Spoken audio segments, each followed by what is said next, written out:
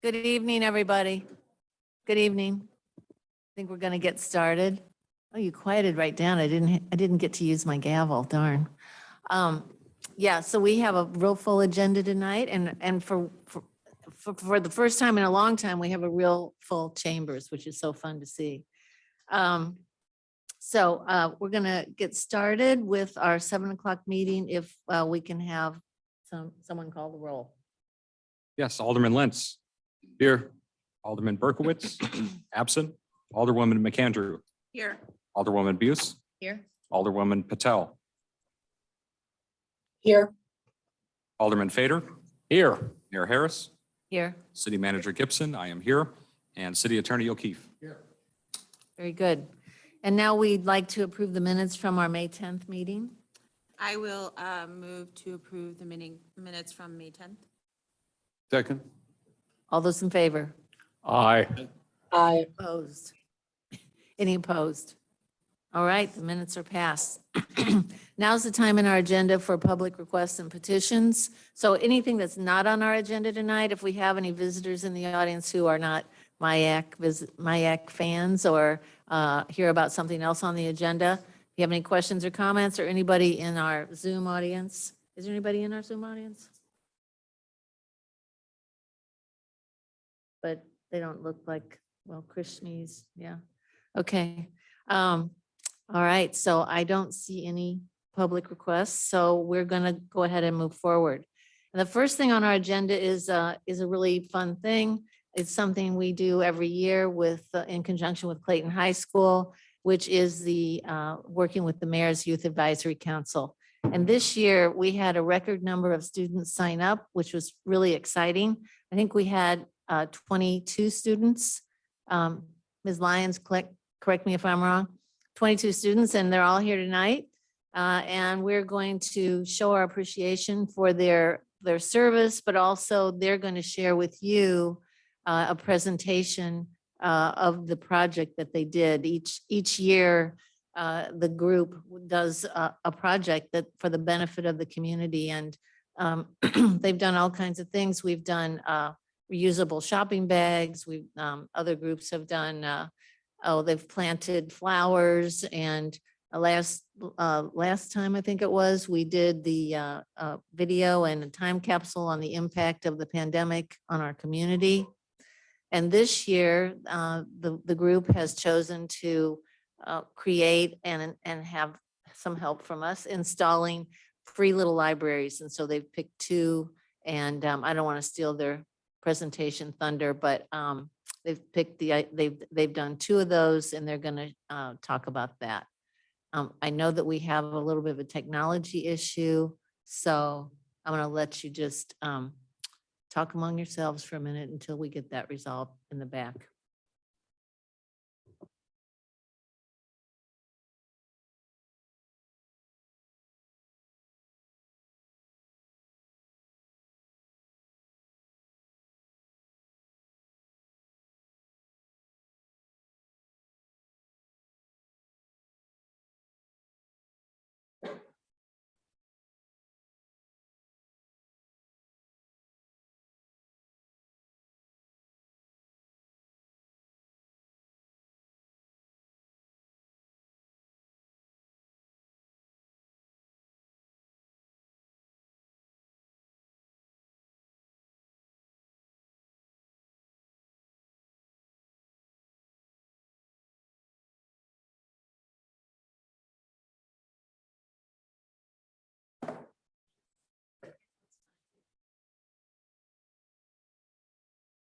Okay, I think we're ready for the presenters to come forward.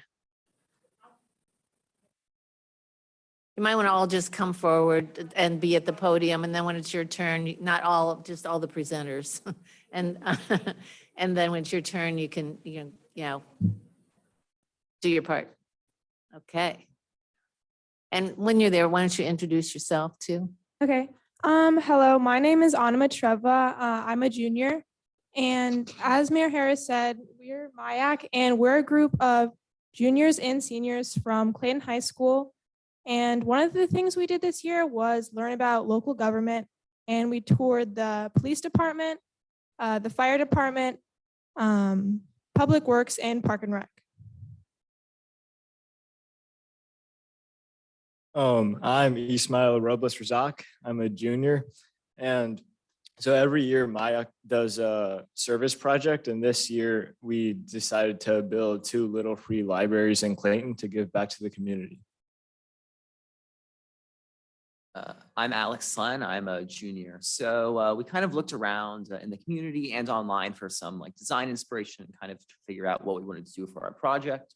So eventually we kind of landed on that we wanted to create 2 libraries that we would buy from the Little Free Library nonprofit. And then we have to figure out where we're going to put them and how we're going to decorate them. Hi, I'm Ivy Reed. I'm a junior. So when it came to where to put the 2 little free libraries, we decided to put one here in downtown Clayton, just outside City Hall. And then we also wanted one in an area where there are a lot of families and younger kids, since a lot of times these little free libraries have a lot of children's books. So we decided to put the other little free library in front of Taylor Park, just down the street. Hi, my name is Leigh Kleinhans. I'm a junior at CHS. As far as funding goes, every single MIAC student reached out to local Clayton businesses to ask for donations. We received over $700 to help implement these libraries, and our donors were Kingside Diner, Straub's, Herbie's, and the Creperie. Hello, I'm Iris Park. So once we got the little libraries built, we connected with our school's art club and we gave them one to paint. They had a design and the other one was painted by a few of the members of our own MIAC. Hi, my name is Jessie Wong and I'm a senior. In addition to the little libraries, we also wanted to add some little bookmarks whose main purpose was mainly to show who the sponsors were, so they're listed on the front. Also, it is to bring awareness to who created these bookmarks and the little libraries. So the MIAC and Clayton logos are on there. And then on the back, there's also a list of a little like room for people to list what books they want to read. So they don't function just as bookmarks, but also as something else. Very good. That concludes your presentation.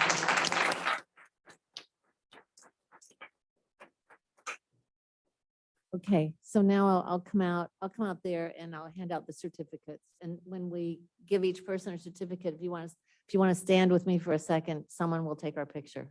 That someone being our chief.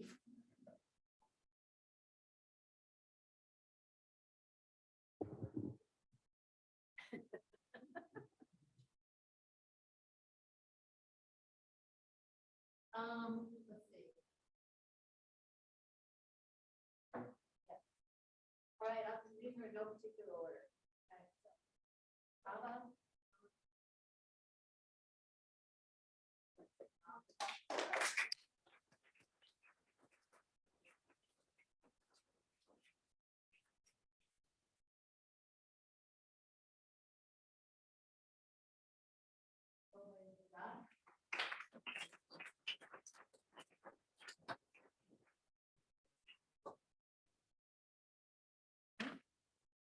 Luckily, you just said your name, right? Zachary Wang.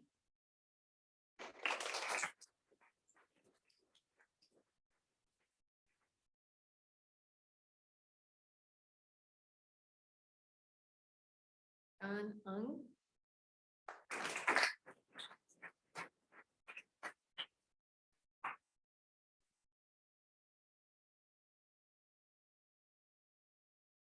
Alexander Slen.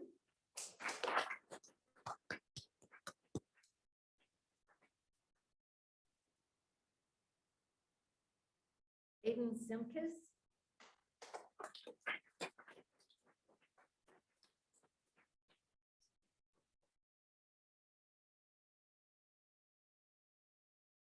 Ivy Reed.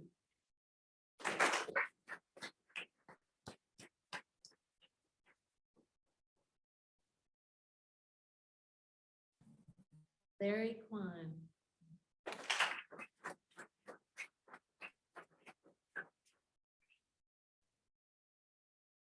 Okay. Anna Matriva.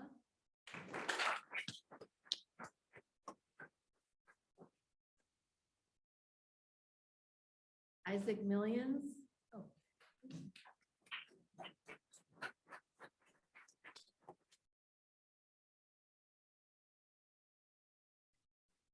Willow Nylander.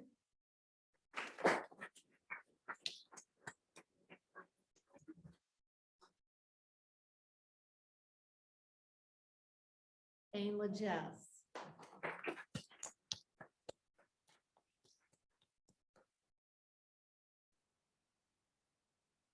Lily Kleinhens.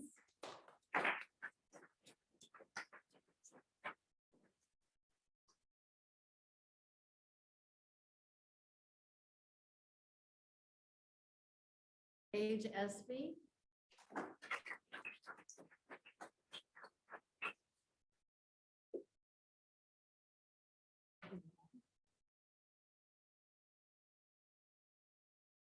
Isabel Erdman.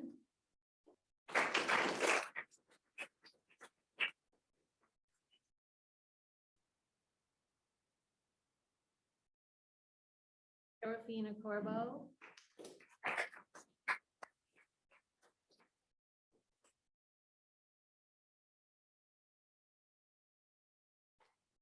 Iris Park.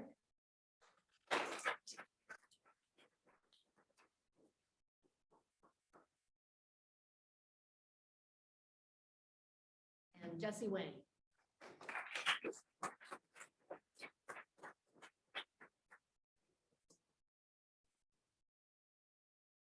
Hey. Great job, everybody. It would be good if we could just take one group picture of everybody holding their certificates like this. So let's do that, and then you guys can be. Even though.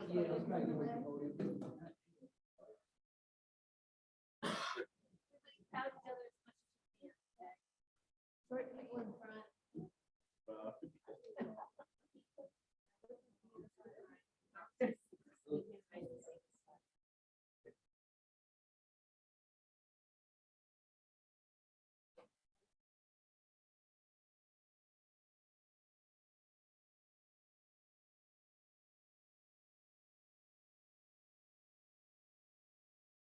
Okay, we'll get those to you all, okay? Thank you so much.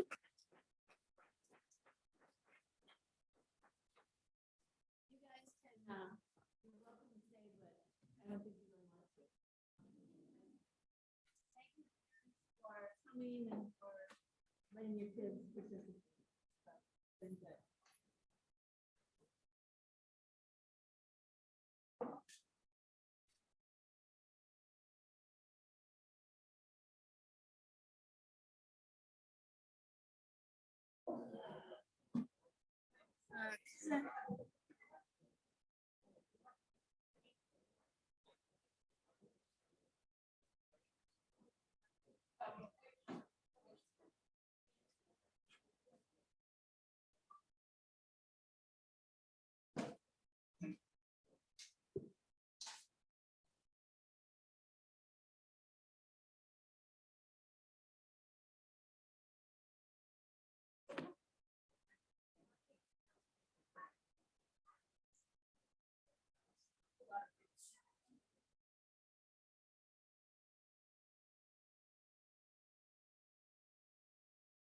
Good group. Okay. All right. I think we're ready to move on with the rest of our agenda, and we're going to do one thing out of order, just to be kind. We are going to move up in the agenda to the liquor license for Poshnosh, and so I'll let the city manager report. Thank you, Mayor. The Poshnosh LLC is requesting a liquor license to sell all kinds of intoxicating liquor at retail by the drink, including Sundays at 8115 Maryland Avenue. The police department has completed its review of the application and supports the issuance of the requested license. The planning and development department has also approved the application with no objections. The applicant has chosen not to submit a petition from surrounding property owners and first floor tenants. As a result, they are aware that this application must have a supermajority vote of 5 board members to be approved. Staff has requested that a representative attend the meeting. Staff recommends passing a motion to approve the liquor license to sell all kinds of intoxicating liquor at retail by the drink, including Sundays. All right. Any questions or comments from the audience here or the audience online? First. All right. Any questions from the board? Is the applicant here? Yeah, hi. Want to come up and just introduce yourself and?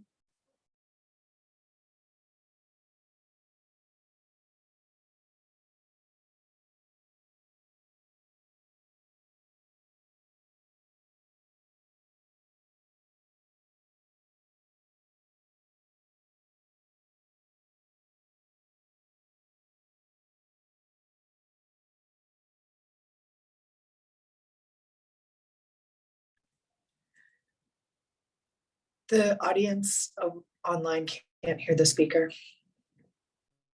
Oh. Okay, all right. Would you say that all over again? Well, no, it's okay. I'm Catherine Smith, the new owner of the Poshnosh. And I was just thanking the board for having me here this evening and taking time to take a look and decide if this is something that you guys would want in the city of Clayton, basically. What are the Poshnosh's new hours then gonna be?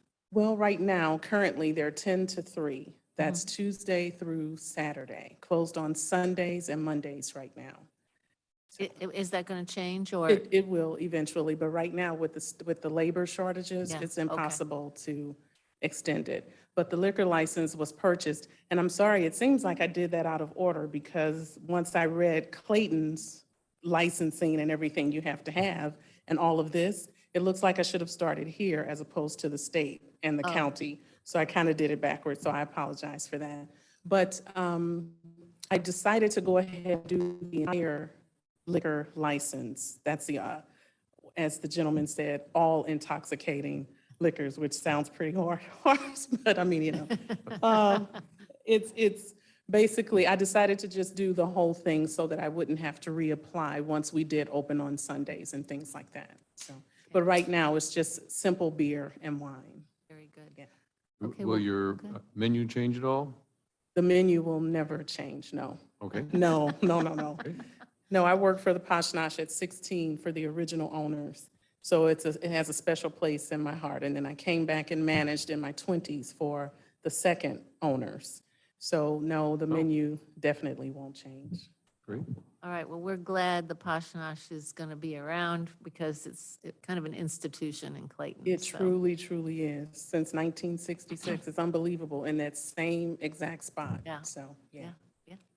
Okay, any other questions or comments from the board? All right, we can use a motion. I'll move to approve the liquor license for Poshnosh LLC located at 8115 Maryland Avenue. Second. All those in favor? Aye. Aye. Any opposed? I Uh-oh.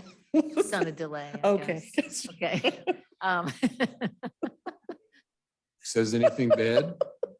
See I that don't- I think 7-second it's just our delay, kind of? technology. I'm blaming Larry. Okay, all right, yes, so you have your license, right? We finished it out, didn't we? We voted, yeah. Well, thank All you good. so very much. I appreciate it. Thank you. Thank you. All right. Okay, now we can go back to the top of our agenda. Did I do something wrong? No, I just noticed a raised hand on the participant. Oh. list. Is there a raised hand? I don't see those. David Berland. Okay, we can take a comment from David. I was just wondering why the Poshnosh did not seek a petition from neighboring businesses. Already been decided. It's been don't decided, know. so I'm out of order and I apologize. Well, this is Kevin O'Keefe. I would indicate that almost none of our applicants go through that process. Almost every liquor license application I can recall has gone through exactly the same way. Then I thank you very much for that explanation and context. very much appreciated. Thank you. Okay, thank you. All right, so moving on, we'll go back to the top of our agenda and open a public hearing for the rezoning planned unit development for Forsyth Boulevard on the Forsyth Curve. So I open the public hearing and request proof of publication. Yes, Mayor, this is a request for a public hearing to solicit input regarding the rezoning and related plan unit development for proposed mixed-use development. The rezoning, plan unit development, and subdivision plat are being addressed together in this report, though the plat and the land use elements entail separate ordinances on the board's agenda. The project received architectural review board approval and site plan, lot consolidation, rezoning, and development plan approval by the Plan Commission on May 2nd, 2022. The 50,063 square foot site includes 2 parcels located southwest of the intersection of Maryland Avenue and Forsyth Boulevard, adjacent to the Straub's building. The properties currently have zoning designation of C1 Neighborhood Commercial District, with the northern parcel also being located in the Maryland Gateway Downtown Overlay District. The site is currently improved with 1- and 2-story buildings and a surface parking lot. Adjacent land uses include retail, office, and residential. The proposed project consists of the demolition of the existing buildings and surface parking lot and the construction of a 4-story, 42-unit condominium building with a 1,025 square foot retail space on the ground floor. Off-street parking is provided with 84 spaces in the basement of the building. The building will total 108,130 square feet, excluding parking, and 144,580 square feet, including the parking. The height in the new structure as measured from the average existing grade to the top of the flat roof is 53 feet 9 inches. Access to the parking garage is proposed from Forsyth Boulevard at the southeast corner of the site. Pedestrian access is provided from the public sidewalk on Forsyth Boulevard at the northeast corner of the property. A loading dock is proposed along the northern property line, along with the proposed location of the transformer. City standard streetscape will be installed along the project limits on Forsyth Boulevard. This project does seek relief from certain development standards that are set forth in the current zoning district, which is C1, and other requirements of the Maryland Gateway Downtown Overlay District. A PUD must provide public benefits to the surrounding neighborhoods and to the city above and beyond what can reasonably be achieved by application of the zoning provisions applicable to the original zoning district. The Board of Aldermen may approve alternatives to the zoning regulations, subdivision regulations, or design standards applicable to the property proposed to be rezoned to a PUD in exchange for developer-provided public benefits.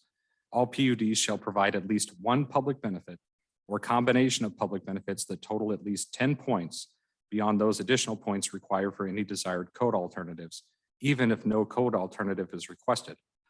The developer must also provide 5 additional points for each alternative requested. So 10 base points and then 5 additional points for each alternative. For this project, a minimum of 20 points must be obtained. This includes the 10 base points and waivers for the C1 district maximum height requirement and C1 district front yard setback requirement.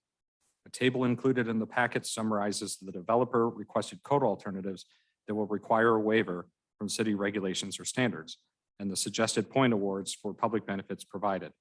The Plan Commission recommended that 20.36 points be awarded for the public benefits proposed by the developer. The applicant also requested a modification of the step back required by the Maryland Gateway Overlay District.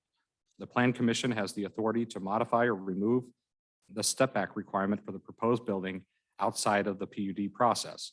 Based on characteristics of the site and surrounding area, the Plan Commission voted not to require step back. Therefore, the applicant is not required to provide public benefits for a step back waiver through this PUD process. The approval criteria are set forth in section 405.1410 of the Code of Ordinances and are designed to achieve the objectives as set forth in the zoning code. The Plan Commission may recommend and the Board of Aldermen may adopt modifications to the requirements contained in the zoning regulations and subdivision regulations as part of its consideration and approval of a PUD.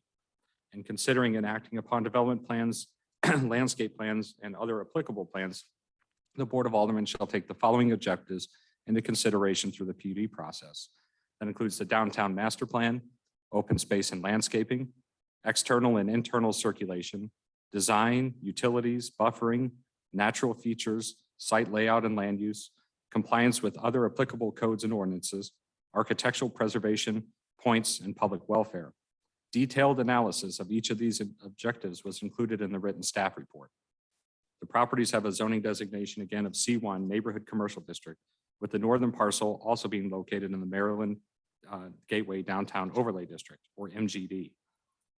Rezoning to a mixed-use PUD is only allowed in areas where existing zoning designation is non-residential. The proposed buildings total 50,000 gross square feet or more and are located in overlay districts requiring PUD designation.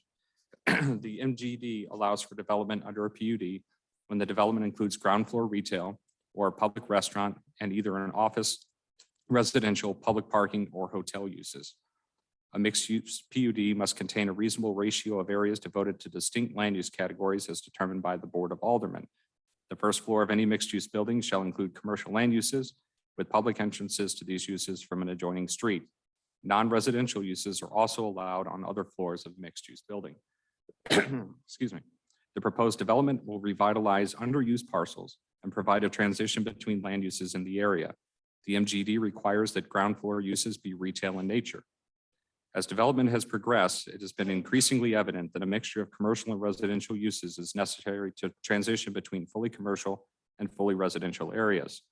While some amount of retail is necessary, an adequate mixture of uses in keeping with the character of the area, the configuration of the proposed building and site layout, and other factors outlined in this report are critical in the assessment of permitted uses.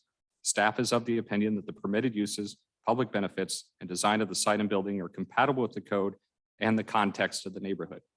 Staff recommends that the Board of Aldermen approve the rezoning and plan unit development per the required development commitments set forth in the ordinance, Exhibit C, Forsyth Curve PUD document.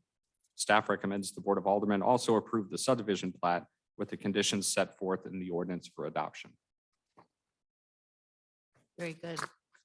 Okay, I'd like to, I think we can entertain a presentation from the developer first, I think, and then we can take some public comment, and then we'll have our own board comments.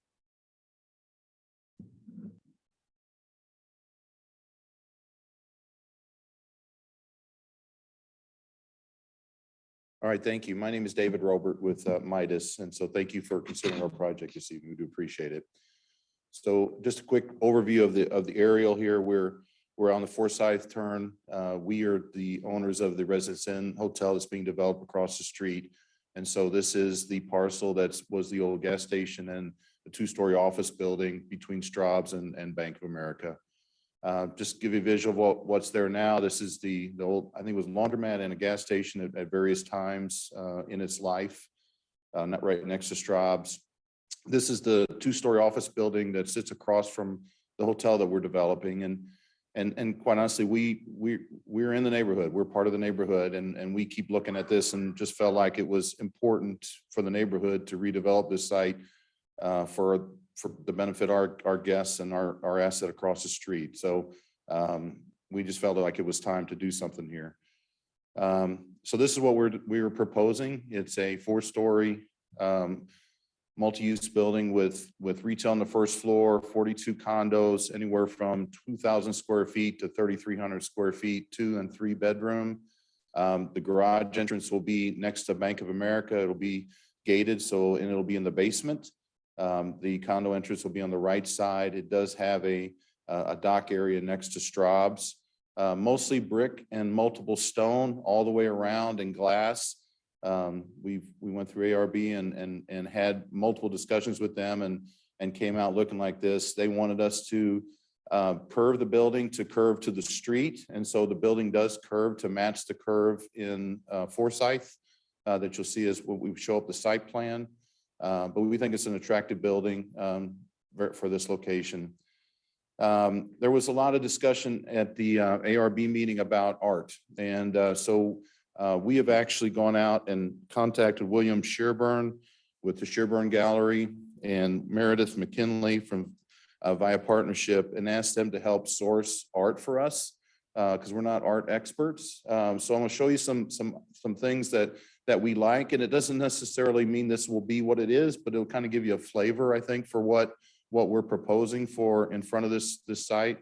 So here's a couple of different things that they recommended that we look at just to give us an idea of what might be possible in front of our building there. And the plan is to do one large something in front of the main entrance and then a couple smaller things as you go down throughout the sidewalk. So.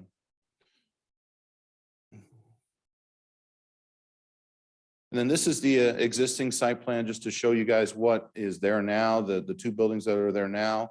Currently, there are 7 metered parking spots out front of the 2-story office building.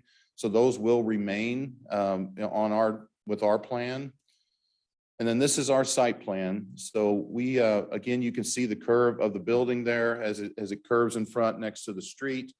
We've actually in the back of the building, pulled the building away from the property line, shrunk the building so that we were farther away from our neighbors to the back. We did put some patios back there, but we moved the building as far away as we could from our neighbors. You can see there in front of the 7 metered parking spots are still there, but we do have space right here where we have an opportunity to have 6 or 7 places for guests to either residents to offload or Uber or a service vehicle or taxis or whatever right here in front. And we'll also have an area here to the side where service vehicles could park. So I know there was some question at the ARB meeting about parking for service vehicles and deliveries, et cetera. And so we've tried to accommodate that in this area here. We've also talked to Straub's and I think they would even help us on some after 5 o'clock hours if we needed to, but this I think is probably adequate for what the demand would be. This would be the lower level then. Again, we've got a gated lot for all our residents to park in the below the level. There are some bike racks down there now. That was one of the questions that came out of ARB is that we needed to add some bike racks down there. So we've added that to the lower level.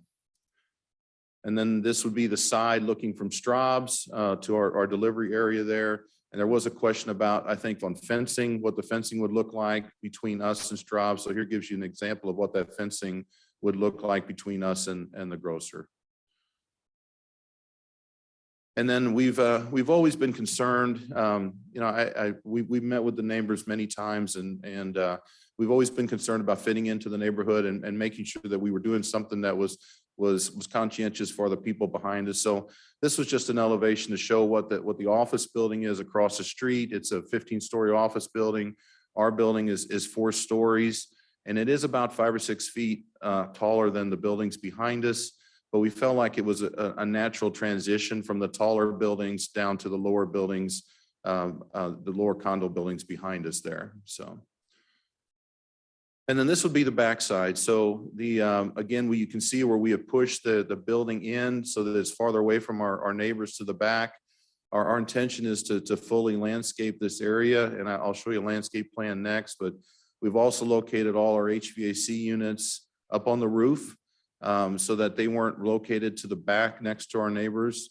We've done an acoustical study to show that noise from those things should not interfere with our neighbors because the sound actually travels straight across. It doesn't go out and come down. So we feel like that was a good compromise to try and look after our people behind us. And then this is the actual landscape plan. And I know our intention, you can see at the bottom is at the back, there's existing landscaping that our neighbors have already. And then we're hoping we'll be doing this landscaping between us and the neighbors. This area here, and then you can see the landscaping that we're adding out in front, along with the art that'll go in a couple different locations. And that is our presentation. Be happy to answer any questions. Okay, short and sweet. Yeah. Well, I think at this time, what we would like to do is entertain some questions from our people in the audience. And so I know that I can see at least a couple of people I know that are here to ask some questions. So why don't you all come up one by one? You can introduce yourself and give your address, please, into the microphone, and then let us know what you have to say. Thank you, Mayor. My name is Peter Smith. I'm a resident of 23 Brighton Way. I'm a member of the Board of Directors of the Delmonico Condominium Association at 23 Brighton Way. But I'm here speaking tonight as a resident, not a member of the board. I have a lot of concerns about this project, but before I specifically outline those, I do want to thank the gentleman from Midas Capital because we've had a lot of challenging conversations and they've always been professional and courteous. So I appreciate that. Thank you. Having said that, this project is too big and it's too for the space and it's too close to the adjacent neighbors. I failed to convince the ARB or the Plan Commission of that. So I now want to focus tonight on two matters that I think are of significant importance, which this board and the developers and the neighbors hopefully can find a way to resolve in a way that everyone can accept. The first is parking. I understand from the comments just made that some additional effort has been made to locate some spaces. It is the first I've heard tonight, so that's encouraging.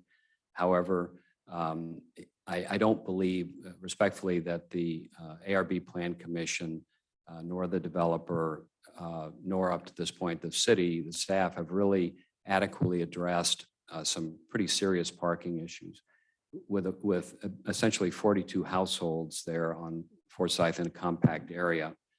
On any given day, I would think there'll be a certain number of service vehicles, a certain number of service vendors, a certain number of visitors, a certain number of deliveries. And I think the developer has done what they could given the limitations of the site. However, it's my concern that the overflow parking, in addition, and I should say that I'm advised that the developer is going to make some parking passes available at a garage across Forsyth for some period of time. As I understand it, it's not been specified, and I don't know if the subsequent condominium association would be responsible for maintaining that parking pass program or not once the developer has turned the building over to the ownership group. But even with parking passes, if they last, it's my concern that parking rather than for an Ameren truck or a charter truck or a guest or perhaps a cleaning company or landscape company, rather than park at a meter, one of the few available on Forsyth, they're going to pull around the corner to Parkside. And if Parkside is full, then they're going to pull around the corner to Brighton Way, where I live. And Brighton Way is full, they're going to pull around the corner to Topton Way. And I think when we have events that are already taxing to the street parking, the parties in the park and the art fair, I think this building is going to create an enormous amount of parking issues. And I would really appreciate this body asking some of the hard questions as to exactly what are we going to do about that. So just the limited number of parking spots is a concern, but a more significant concern is that the public welfare section 12 says the PUD will not be detrimental to the public health, safety, or general welfare. Well, the city itself, as I understand it, has stated that it is not safe to put a pedestrian crosswalk on Forsyth Curve. Well, if it's not safe now, is it going to be safer with 42 more families living on Forsyth Curve and being invited to cross the street, cross Forsyth to the parking garage, assuming parking passes are available? Where are they going to do this? You noticed on the rendering, there was no crosswalk in the rendering. There is no crosswalk, no street, no stop sign, no stoplight between Maryland and Brentwood. I myself have crossed that many times. It's kind of a run for your life situation. You can't see around the curve very well. Cars can't see you. You can't see them, which is why the city will, as I understand it, will not put a crosswalk there. So tell me how it's going to be not detrimental to the public health, safety, or general welfare to have 42 families potentially crossing that street. So those are my two big concerns on parking. The second area I want to focus on is what I believe is referred to as buffering.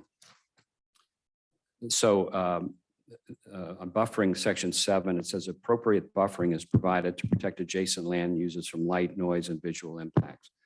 All of the renderings that the gentleman showed you this evening show a considerable number of existing mature evergreen trees on the neighboring condominium side of the property line.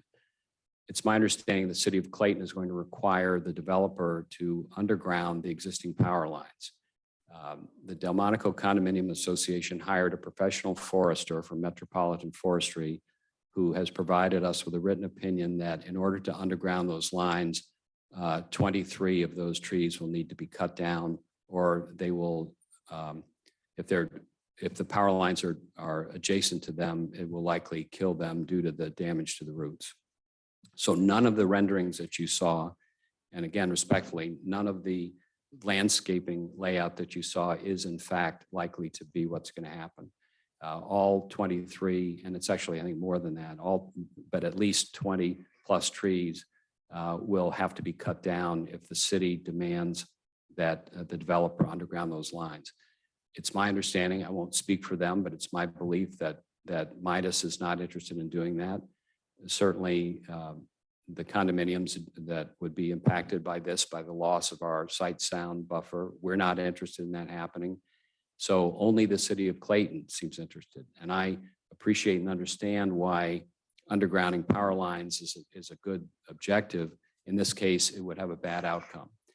The loss of those trees would violate numerous sections, I think 5 of the PUD proposal. The buffering, section 7, the natural features, section 8, which says the design of the project is as consistent as practical with the preservation of natural features of the site, such as stands of mature trees. Section 3 of, well, I get a little lost in there, but section 3, the findings and development plan approval, development plan, and I'm paraphrasing, the development plan is hereby approved, this board having found and determined that development furthers the following objective. Appropriate buffering is provided to protect adjacent land uses from light, noise, and visual impacts. Well, cut down 23 trees, and I don't think that requirement would be fulfilled. Second to last, the environmental landscape and public works directs that all overhead utility lines shall be buried. I mentioned that we had a professional forester advise us that to do so will mean the loss of dozens of trees, mature trees, at least 15 years old, evergreens.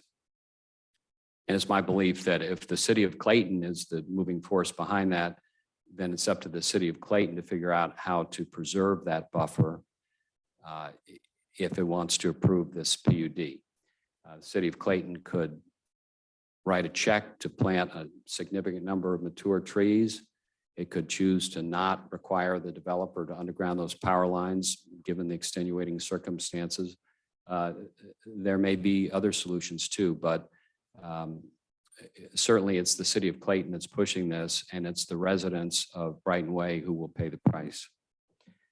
Then lastly, the plot rendering provided by Midas Capital, as I said, it shows a number of trees that are called existing trees and vegetation on the rendering that's, I believe, in your PUD approval packet. And those existing trees and vegetation are likely to be removed or die. So I don't think the rendering that you have in your document for approval of this PUD, nor the illustrations and site plans that we've seen tonight, in fact, are anywhere close to what the resulting outcome will be. So those are my 2 primary concerns: parking, overflow onto our streets, safety of pedestrians attempting to cross Forsyth, and the loss of 15 years worth of evergreens that have cost the existing condominium owners a considerable amount of money and appear to be in jeopardy. So thank you for your consideration. Thank you, Peter. Can I just ask one quick question? Yeah, of course. Are those existing pine trees, I think I saw them, are they within the Ameren right of way? Yes, they are. Easement? Yes, so So Ameren, Ameren could come in and tear them down themselves. yes, they could, but Okay. I have spoken to Ameren and they have no interest in doing so. They said I've talked to 3 engineers. They told me that they have no plans to do it. However, if Clayton ordered the developer to do it, then they would do it as long as somebody paid. And I can assure you that we condominium owners are not going to pay. So that would mean Midas or the city. But yes, we knew when they were planted in the easement that Ameren could cut them down, but that's not what is being discussed here tonight. Thank you. All right. Do we have other folks that would like to make a comment or ask a question? I'm Christine Pennell, and I live at 23 Brighton Way, Delmonico, as Peter does. I don't have a lot to say because Peter's pretty much said it all, and what he put together is right on. Again, I want to emphasize the parking issue. It's not been, I've not given any assurance that we are going to have parking. We've told that there's going to be a pass given to people to park in the garage across the street. That's fine, but no one said to me how many spots. No one said to me what time of day, whether there's a charge. And they could always, at any time, anybody can say, oh, well, we've got a lot of, we're full this weekend, or we've got this, and they're not going to do it. And once the developers are gone, the condominium association can say, well, no, they're not going to, they don't have to do that for us. We don't have, so I have no assurance of that. And the crossing that curve area with no traffic, when it was a ghost town back there, it's dangerous to cross that place. I mean, I've lived there 15 years. So parking is a big issue, and all the service people, the cleaning people, the guests for the gym that they supposedly are going to have, people that work in the building, guests, there's, I just think it's going to be a nightmare here. And I think it is going to overflow into our streets. I can even see on weekends where families going to Shaw Park, watch their kids play, to do this. It's gonna, would be pretty sad for those people that have to be driving around trying to find a place to park so their kid can do their soccer game. I do want to say that Midas has worked hard to accommodate our needs, and we still have great concerns. I was encouraged that the acoustic study was done. I haven't studied it closely, but it looks like they have done all the levels which you were concerned they hadn't done, levels 3 and 4. So I do appreciate that, and I am encouraged by that. But I still think those the parking is a big issue, and these things about the trees, I don't really know a lot about that. Peter's done a lot more research on that, but to me, I don't know how it can be done, but I just think there needs to be some kind of compromise, something between the city and Midas and the residents on what we can do to make this a better thing, even if we have to do some compromising. I don't know. I mean, the trees, we would lose our trees, but the trees that they have put back there are deciduous trees. So there's not going to be any leaves on those in the winter. And they're probably going to be this big or this big anyway. And it took us 15 years to get the privacy that we have. So those are my main concerns, and I appreciate. Thank you very much. Do we have anyone else that would like to address us? Yeah.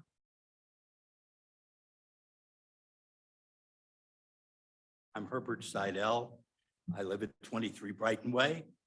I'm amazed that we turned out more people for the aldermanic meeting than we turn out for our board meeting. Peter and Chris both expressed our major concerns.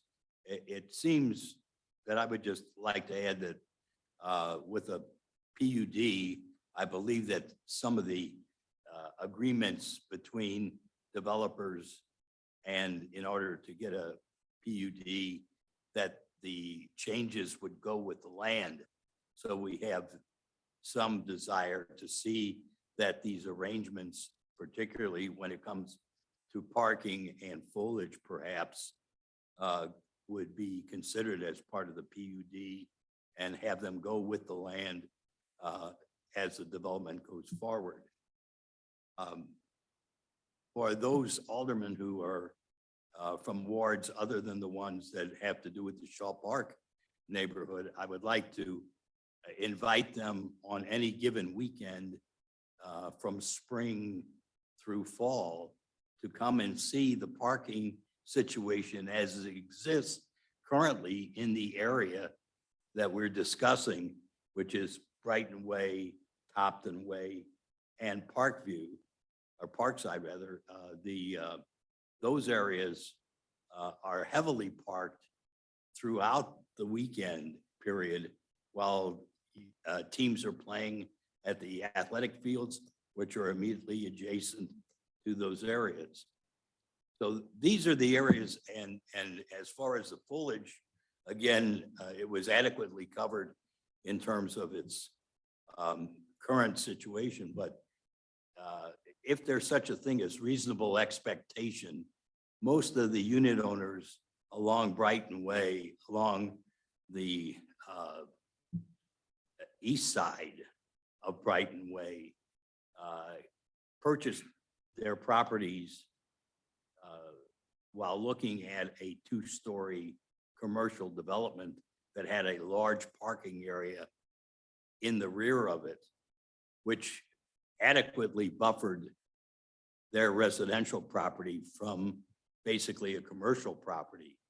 Now, even though there has been some degree of cooperation in trying to move the rear of the building forward and separate it, I think our residents are particularly concerned about the development of some recent condominiums along Topton Way, which appear to be practically breathing down the neck of residents on the west side of Brighton. So we are concerned and would have liked to have seen a smaller project that provided additional spacing between the rear of the properties.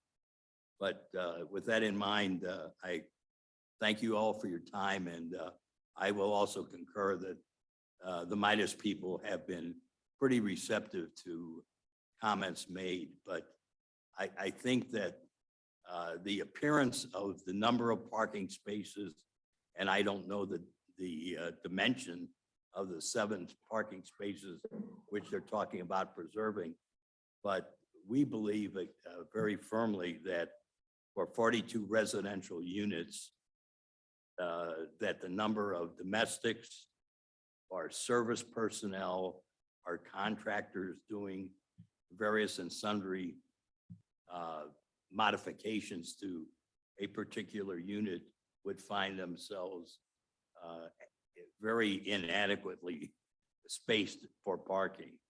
And thank you very much. Thank you. Appreciate it. Anyone else that would like to address us? How would the board feel about having someone from the developer come up and talk to us a little bit about the parking issue? Mayor, there's not anybody, I just want to make sure nobody was Oh, raising their hand. Okay, right. No, okay, thanks.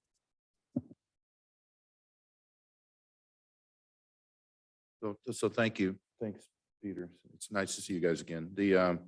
So we have, I mean, we have adequate parking in the building for all our residents. I think the concern from the resident, for the neighbors, was parking for guests and service vehicles. And so we do have access because we have the hotel across the street. So we do have access to the garage that's behind the hotel across the street. Our intention never was that people should cross there. There's a crosswalk at Maryland that they can cross there. But that was, since then, we've been able to work on and we got this feedback from our neighbors, and we've been able to realize that we have space out front where we can have anywhere from 5 to 6 spaces, and the spaces are full-size spaces. They're not, we didn't cheat them. They're regular size. The 7 meters that are there now stay.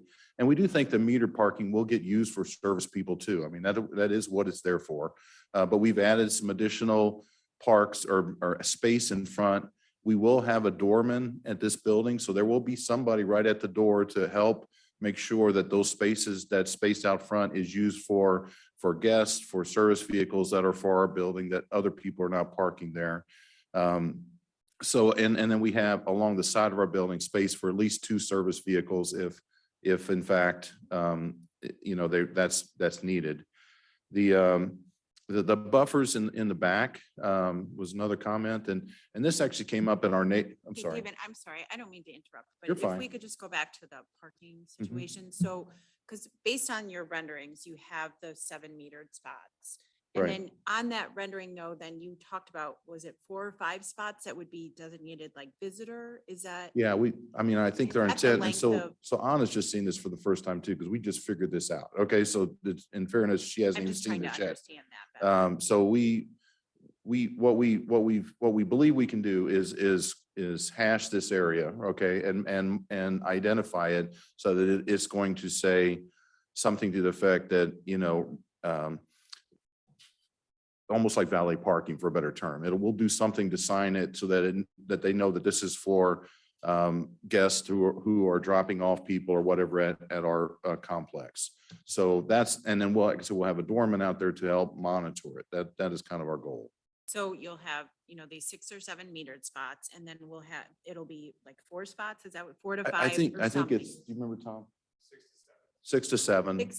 Six to to 7 7 addition- spots. additional additionally, spaces. Mhm. That there would be some sort of perhaps signage that says Apex visitor parking only. Right. And then you would potentially have a door person who would be monitoring that. And because like when I go to Maryland Walk, which I understand is totally different, but they literally have, if you park back there and you're there, if you're walking the other way, the doorman will come and get you. Right. So is that kind of what you would Same foresee theory. that you would have? So people who were actually visiting and walking into the building, they literally have to be walking into the building, servicing the building in some way, visiting a friend.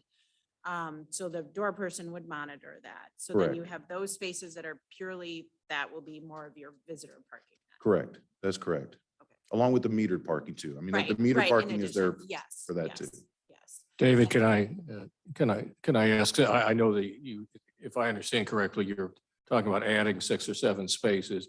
I think it'd be helpful, particularly if this matter is not resolved at this meeting, some kind of updated drawing that would basically show exactly where those spaces are so that with some designation, so that if, to the extent that plan is approved as part of the PUD, Mhm. it's quite apparent where those spaces are and what the size of the spaces are. So I Yeah, think so that it- would. So we do show it on the plan. It is right in front of our building. So if you think about it now, there are 4 driveways there now. Okay, so we're eliminating 2 driveways in our development. And let's see if I can get there here. Yeah, it was in one of the renderings. It just. So there we go. So these are the metered parking spots that are there now. Okay, they stay and nothing changes there. And then we have these additional spaces in front of the entrance for the condos that again will be monitored by a doorman who's standing right here. Okay. And so if somebody pulls in there, he's going to walk out there and say, why are you here? Okay. And if they're not here for business or guests or residents, they're going to move. Okay. And so, these are the ones I'm talking about. In addition to that, we have space on the side of the building for service vehicles. So if there would be the charter guy, the AT&T guy, whoever, a plumber, there is availability to park them on the side in addition to the metered spots. So those would just be for storage, for service vehicles on the side. Like those would be where the Straws. moving trucks maybe. Yeah, it's a move-in space also. So if somebody's moving in and out, that's where they would back in to move in and out. So they're not unloading on the street. And also too, just because I'm, in order to attract people to this building, which I guess if the project gets approved is more your problem than our problem, but would you imagine that since these will be condos I guess if it's a smaller unit condo, would you reduce the price and maybe if somebody only wanted to buy 1 space? And then would you perhaps add additional visitor parking inside the building if Yeah, spaces that's, allow. I'm just wondering if you're envisioning that there might be additional visitor parking within the building. yeah, that, you're exactly right. So I mean, it is, one space will come with the units, and then they'll have the opportunity to buy an additional space in the basement. And as time goes on, we do think there will be people who do not have two vehicles, right? And don't need two spaces down there. We will have charging stations down there too, so they're for electrical cars, but you're right, that we think that there could end up being guest spots down there now, but we're trying, we don't know that yet. We really don't know until we sell the condos as to what kind of demand there is for that garage. And that, I mean, that you, because you opened the door, how many electric, because I was wondering if you were going to have electric charging stations. That's probably a really important thing these days, given the current I think, I mean, the environment, so- intent is we're gonna wire the whole basement for that. Oh, I don't know okay. that we'll put them all in on day one, because in other places that we're at, we're finding that it's anywhere from 2 to 10 is where you start, and then you just see as demand. So you're pre-wired. So if we need to add more, we can always add the connections. I understood, David, and this may be incorrect, that the garage would be sort of a card entry. Correct. So that if you're a condo owner, you have a card, but if you were visiting, for example, you'd be wasting your time trying to park in the garage because you couldn't get in, right? You couldn't get in. I mean, I don't have the technology guys here, but there would be, we believe there will be technology that a resident could open the garage for a guest, okay? But that, I don't claim to be an expert on that, but that's pretty far down the But road. again, to follow Alderwoman McAndrew's question, the fact that you have 42 units and 84 spaces doesn't mean that 84 spaces will be taken by those 42 condo owners, because some of them will only take one. Right. So there may be, in fact, extra spaces. The question is how to make them available Right. to others. And we plan on planning for that in the beginning. We just don't know if there will be guest parking down there or not. And so. Any other questions on parking? One of the, during construction of the building, I think you said it, maybe at the plan commission, that the people who actually work on construction will be parking in the Midas owned garage across the street Correct. on the 9th floor, I think you Right, said. so we have space on the top floor of the garage, so we're building the hotel across the street. And we have contracted a floor on the top of the garage for all our construction guys to park. So we're trying to keep them off the street now. And getting them into that garage building that's tucked away behind the hotel. We would do the same thing for this one, is make our construction guys park across the street in the garage. David, if parking on nights and weekends is an issue, not just during the weekday, but nights and weekends too, have you considered working out an agreement with the bank parking lot to provide auxiliary parking for? Yeah, I've tried. I can't find the right person at Bank of America to help me with that, but that Oh. is, yes, we've tried. And so, but I do think that's an option. Mhm. Parking Yes, ma'am. question. The references to getting passes to park in the garage across the street, is that something just for the construction, or is that something that was being offered? So Yes. one of the things that, so we're trying to find out what the really demand is for the service, because we realize that there will be housekeeping crews that come clean these condos, right? And there will be people that service people that come help. So we're not quite sure what that demand is. One of our options is we would secure parking at the garage that's across the street. The doorman has passes, basically, cards that he could give to a service personnel. They can go park across the street. And we're thinking like housekeepers who come every week will be able to educate as to how to do that, right? I mean, because they're coming every week. The hard part will be the charter guy and the AT&T guy, because they don't care. They're gonna just park wherever they want to park. But we think like the regular service people will know that they can pull up, see the doorman, get a key card, drive across the street and park in the garage. So. Can you see that as something that would, as long as it be permanent? It'd be permanent, it'd be ongoing. Yes, ma'am. That'd be some type of assurance that you could give the neighbors that would be. Yeah, that is our intent. Yes, ma'am.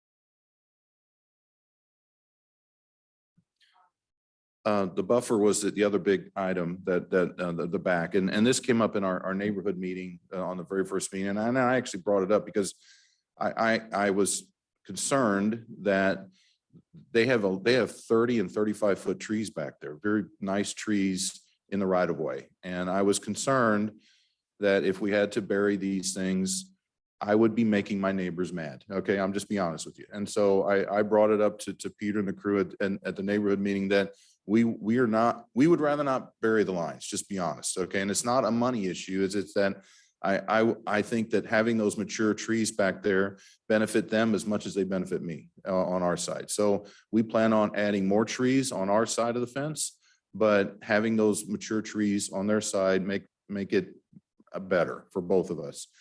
If you bury the lines, it's not just behind us too. I mean, Bank of America still has above ground lines behind them. So does Straub's. They'd have to bury the lines going from the property line to each of their condos too.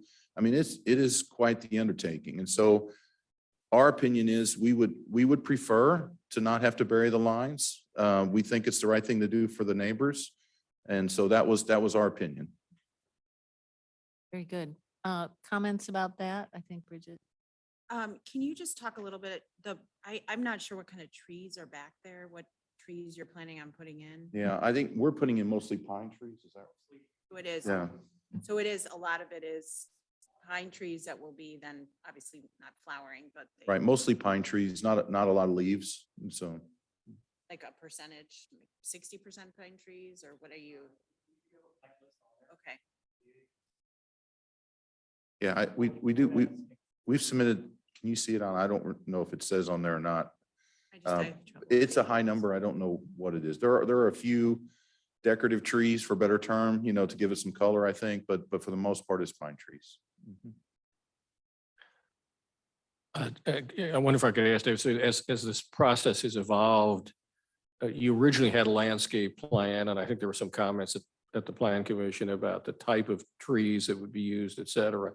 I think this issue about underground lines and the impact on the existing trees in the right of way is a fairly recent issue, or at least it seems to have come up significantly in the last couple of weeks. So one question I have for you is it possible, a lot of this I think has to do with, of course, buffering the property between the two sites. So is there more that you think you could do in terms of, if you look at your original landscape plan of 3 weeks ago, recognizing there is now this issue about this potential loss of trees in the easement, is there something realistically you could do to further buffer this area as an alternative to having to deal with the right of way? Yeah. So, I mean, we're going to heavily landscape the area no matter what, but it's hard to find 35-foot trees to plant, right? So, I mean, we're not going to be able to get the kind of coverage that is already there. So that was the concern. And we don't want to put a wall up. That's just ugly. Okay. So I think we'd rather do it with landscaping. So. I guess my further question about the trees, I don't think anybody, to me, the issue is not initially the trees, it's the lines and the impact of the interaction between some poles in the back there, at least a couple of which look like they're pretty close to falling down, and the risk that creates for the Delmonico and for other area properties around there. This interface between these trees and the lines seems inherently not to be a good idea in terms of power outages, which we just had in the last week or so. So I think that's really the dilemma. Is it seems preferable to get rid of to go underground. It's not preferable to get rid of trees, but that's the difficult issue here. It does seem preferable to go underground with those lines. I don't think there's any doubt about that. But how do you think we could potentially accomplish that and still deal with the tree issue? Yeah, we like to bury the ground. We would love to bury it in a perfect world. We would love to bury the power lines because power lines aren't necessarily attractive, and for either us or our neighbors behind us. So we get that. I didn't really want to fight with my neighbors, and I really felt like that if we bury these lines, I have to knock out all their trees. I don't think we want to go back and plant trees. Well, we can't plant them in that right away again because they won't live, I don't think. And we can put some more mature trees on our side of the fence. But it's just going to take time for them to get what they already have. So to get that barrier. I think at this point, with regard to that, I know that we as a city have tried to get ourselves educated. We've talked with some Ameren folks just to understand the options and what the complications are. I think they are, going to apply some teamwork to the issue and really come up with what are the options here and what are the possible outcomes, and that they will share that with all of us. And I think we're when we open. can We're talk not- more about this issue then.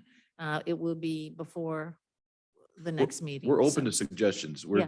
We're just identifying that it's something that is important to both us and our neighbors. Yes, and it's important to us too. I mean, and Gary, you said it pretty well, but I mean, we, as a city, we're looking at the long term here, and the more lines we can bury, the less risk we have of outages in the future. And certainly we have a lot of those, and the weather cycles are getting worse and worse. So from that big picture perspective, yes, but also we recognize the complications in this particular area. So we're going to take a real hard look at it, and we'll have a lot more information shortly in a week or so. Yeah. Appreciate it. Yeah. And two, I just want to add, just so the residents are clear. So Gary and the mayor and I, we had reached out to Ameren because, you had a number of questions. We talked about, can we bore the lines under the trees, and then we could preserve some of the trees. And so certainly having questions about that and whether or not,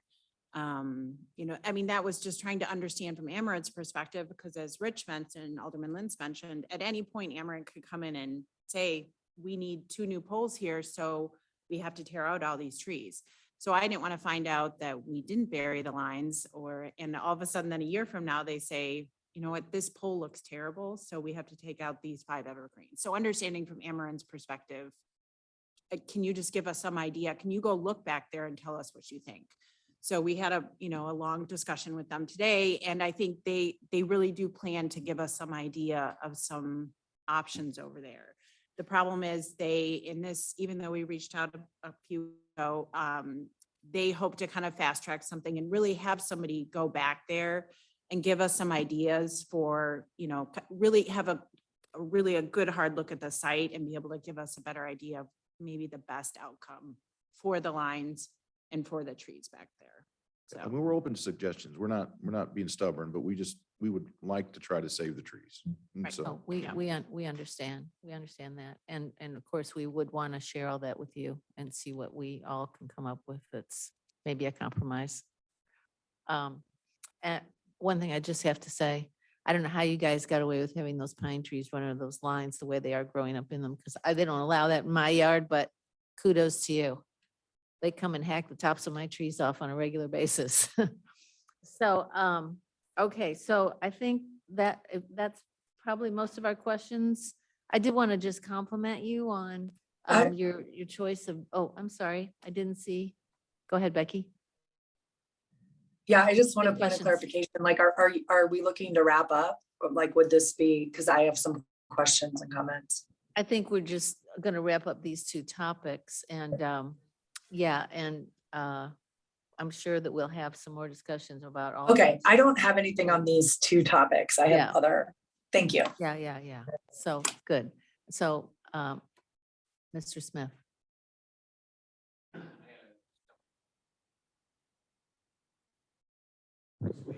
Sorry, can you come up, speak into the microphone? Thank you. I was a little confused. It's Peter Smith, 23 Brighton Way. I was confused at the illustration that showed 7 kind of reserved spaces towards the entrance of the building. Can a developer just decide to own 7 spaces on the city of Clayton's public streets? Going to leave that to David. So this is the first time we've seen that. We'll have to have that conversation with them. They're shown in an area where there presently aren't spaces, I believe. So we'll need to figure out if that's going to be on the private side of the street or what the width is after those spaces would go in. That's a conversation we have to have. It's the I would- first time we've seen that, so. Right, I would say if the city of Clayton is allowing private owners to own spaces in front of their building, we'll take 7. But we do allow private businesses to rent spaces through various programs we have. Is this a private business or is this a residence that we're talking about? This is here a today? residence, but we'll have to look at the again, this is the first time we've seen this, so we'll need to have that conversation with the developer. And we will be following that closely. The other question I have is the city of Clayton would be the one would be directing that the trees be cut down. So I'd ask the city attorney, does the city of Clayton have the right to take our property? I understand if Ameren wanted to come in and cut them all down, they have that absolute right due to the utility easement. I don't understand how the city of Clayton has the right to destroy our property. I'd like to, I guess, ask if the city does have that right to destroy our property. Well, if I may, you're not my client, so with all due respect, I don't provide legal advice to the public. But the issue is whether or not a utility line, which is the purpose of the easement, is to be removed from a elevated place to a buried location. And that is strictly a question of the location of the line. It's not the city taking any property interest because the line can be relocated at the will of the line owner, which is Ameren. So I think what you're saying, if I understand correctly, is we should hire an attorney to represent us on that matter, because we're not going to frankly sit still and let the city of Clayton take our property. I appreciate that you can't give me legal advice. So what you've told me is we need to probably consider hiring an attorney of our own.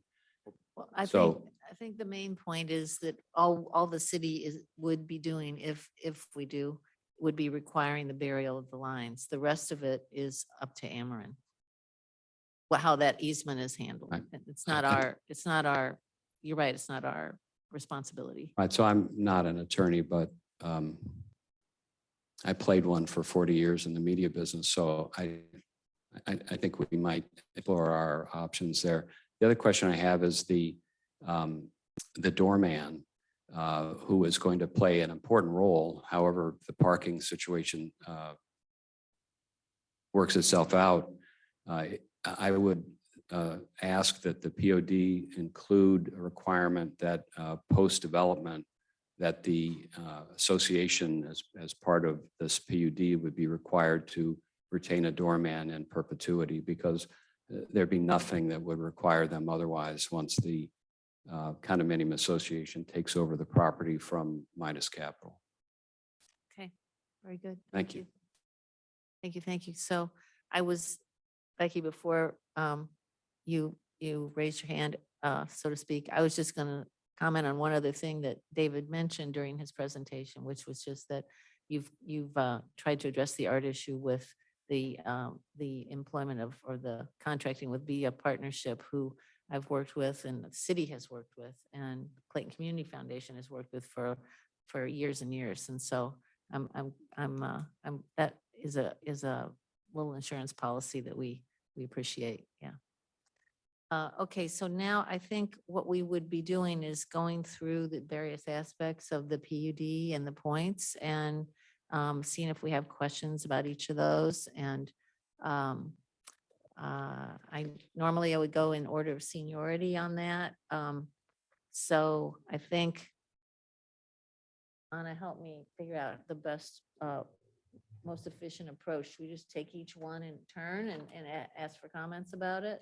Okay, so, all right, so that would mean that we would first be looking at, I've got the chart.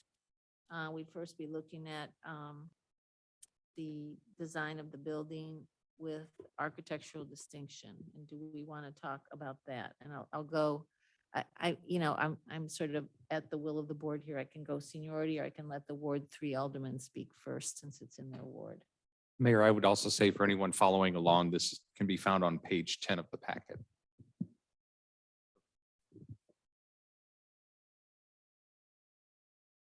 Mayor, I was just wondering if there's, or one of you, the architect or more, would you mind just speaking a little bit more towards, because I don't, just the materials on the building and how, because it kind of just looks like a brick building to me. So maybe if you could just talk to us a little bit more about the materials and how that might, kind of benefit the appearance of the building throughout the day. I know you talked about that at ARB and I thought it was helpful, so. So Tom Young with HDA Architects.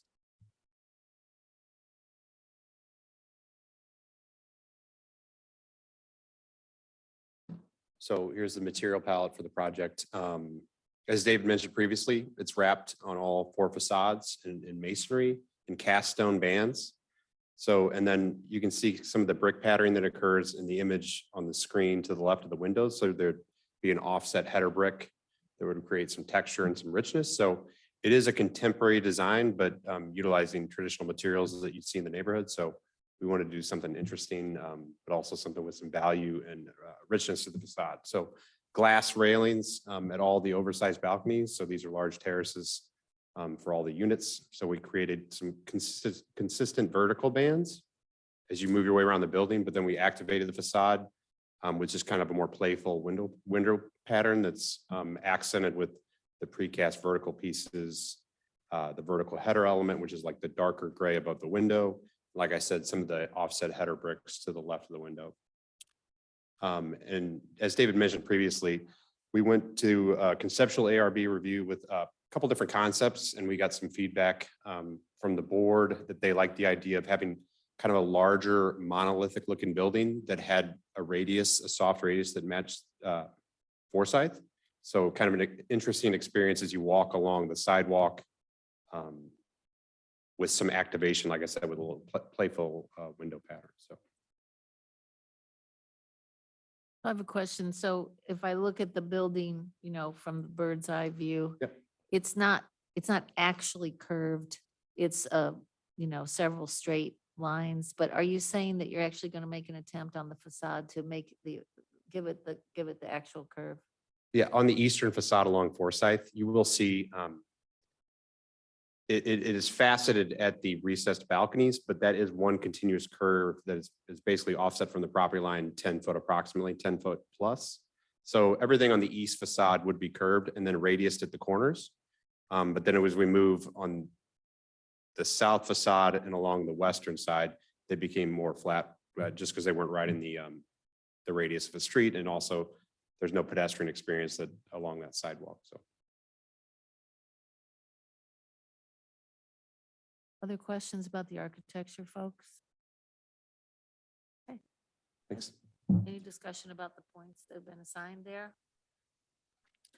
I don't know, I guess Ira's not here, but can you just speak to why the plan commission, why they went down to 3 points from do you know, Yep. So a lot of the elements that were just explained to you were also highlighted by the plan commission. But then during that discussion, they felt that this kind of still just warranted 3 points when they were looking at the scale of the architectural distinction compared to other features. So.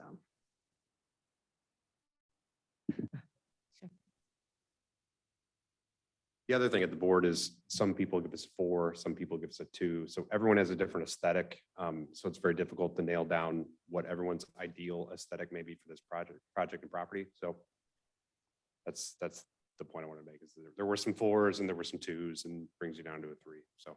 Yeah, the numbers that you see, which is why we ended up with the decimal places more averaged of what each member of the Plan Commission Architecture Review Board gave their number of points that they recommended assigning, and then we averaged those. Okay, great.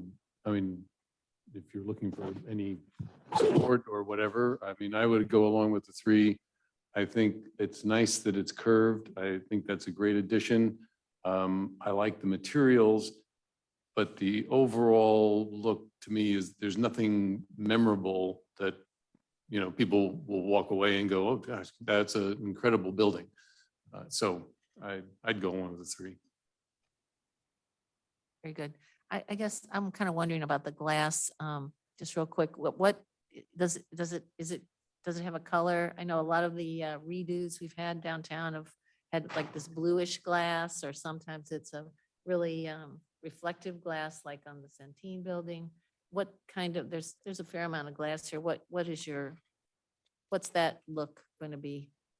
So for the glass guardrails, we just proposed a clear glass or typical glass, and everything else. I'd imagine it being a residential development, it wouldn't have a reflective glass like an office facade would, where you can't plan. There's a lot of office modules or desks or casework up against the glass. So we'd plan for something that's pretty clear. And then, with the plan, there'd be a nice, roller shade or something for privacy within the units. Okay.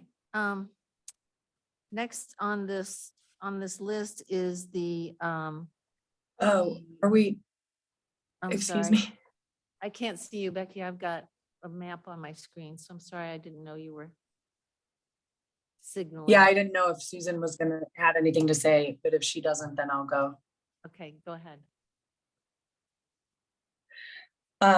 In terms of architectural significance, I am not interested in like assessing the aesthetic, like value of the building. Like, I'm not a designer, I'm not an architect. But what I read in this standard and benefit evaluation is whether the building is distinctive or significant. And I'll say right up front, I like the building, what I've seen of it at this point, but I don't see it being distinctive or significant. People aren't going to be like, oh, that building, and it's not going to have like a way that people refer to it, like a pineapple or something, right? So in my mind, even 3 points seems high.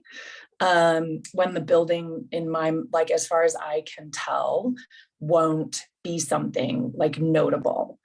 Keying in on those words, distinction and significance. It's a very nice building. I'm happy with it from that perspective, but I don't think it meets that standard. And so, my instinct in terms of points would be to consider going even lower, like 2 points. So I'd just like to share that perspective. Okay, very good. Gary? Regarding the architecture, I know we often in Clayton look for this so-called wow factor, and I see a lot of buildings in the Central West End, or when I was down at the ballpark, the building, when you look out into center field, it has pretty big wow factor. On the other hand, I also think that, and I'm not an architect, is that if you're dealing with a 4-story building on a relatively small lot, the ability to sort of achieve that wow factor is much, much less. And so I think to make the comparison here to some of these buildings in the Central West End or downtown is not reasonable. I think at the end of the day, we've got a new building that mirrors the curve that we've always talked about. I think that is significant. And so I think within the context of the size of the lot and the size of the building, God forbid it was a 10-story building, we'd have 100 people here. It's a 4-story building, and in that respect, it fits in nicely, I think, with what's around it. And so I think the architecture is appropriate. And for me, it's significant enough that for what it's worth, I agree with the staff recommendation on the points. Other comments on that? Yeah, I mean, I would tend to agree with Gary. I would err on the side of a closer to 4 points, because I do like the building, and I guess I would just kind of echo what Gary said. I like the materials. I think it will look nice at different times of the day, depending on how the sun is hitting it and whether it's cloudy or not cloudy. And I think, as Gary said, I think we are somewhat limited by the size of the building. And so I would tend to err on it being closer to 4 points. 4 points, okay. Comment? No. I would just say, I see what you're saying, Becky. one of the things we haven't mentioned, which I don't know if was discussed at a plan commission, but the building that was there before was a mid-century modern building. And there were people that were very interested in preserving it. No one, chained themselves to the building, but there were certainly, historical architect, these landmark folks that were questioning about it.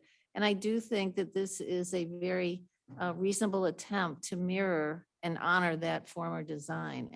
And the curve along the top is really what completes that. So, the former building wasn't actually curved either. It was a series of angles. So I think that from that perspective, I agree with everything everyone is saying normally and this time as well. But I think that's an additional consideration when we're talking about significance, because again, it is honoring that former design, which was deemed by, many architectural experts as very significant. So I'm good with the rating as it is. I'm also okay with taking it up a point if you all want to. And how do we decide that, Anna? Do we take a vote or what? Got her decimal points too, could be. 3.5? No, I would prefer not doing decimal points and voting on one number. Yeah. All right, we've got 2 4s. 3's fine. I would say 3. 3. I'm And Becky's a 2, so I think. Becky's a you- 2. I we're think we'll back leave to it at 3. Okay, very good. Got 1 done. 1 is done. Okay, the next, can we move on to the next one, everyone? The next one is enhanced public infrastructure that is more, exceeds code requirements. This could be on-site common areas, improvement of streets, curbs, sidewalks, stormwater buffers and lighting. And what's shown here is the provision of a landscape buffer along the rear and enhanced front yard landscaping and providing a rain garden in the front of the building. Oh yeah, never mind. So I'll save that for the next one. So do we have comments about this? I'll let the ward tree alderman speak up first. I was just kind of wondering exactly where the rain garden was or what it like. Or if you could just explain a little bit more. Great. Hi, Steve Method with Midas Capital. There's a couple things that we tried to do with regard to infrastructure for this building to try to have a positive impact on our community. We've incorporated blue roof elements, which I'm not sure if you all are aware of what blue roof elements are. Essentially, it's stormwater retention held on top of a structure. So there are like green roof trays, but these are blue roof trays that hold that water and slowly release it. So when a storm occurs, that storm surge doesn't hit the infrastructure like it would. And so that was one element we did. Rain gardens, we're going to incorporate at the rear of the building, in between those terraces and the property line, we have a swale. And along those swale, we have some storm inlets. And our intention is to plant that swale as a rain garden as well, to again, minimize the amount of water that's immediately going into those storm sewers. And then we also thought that was because the slope of the site from north to south gives us an opportunity on that southeast corner to incorporate yet again another area to capture that stormwater in a rain garden.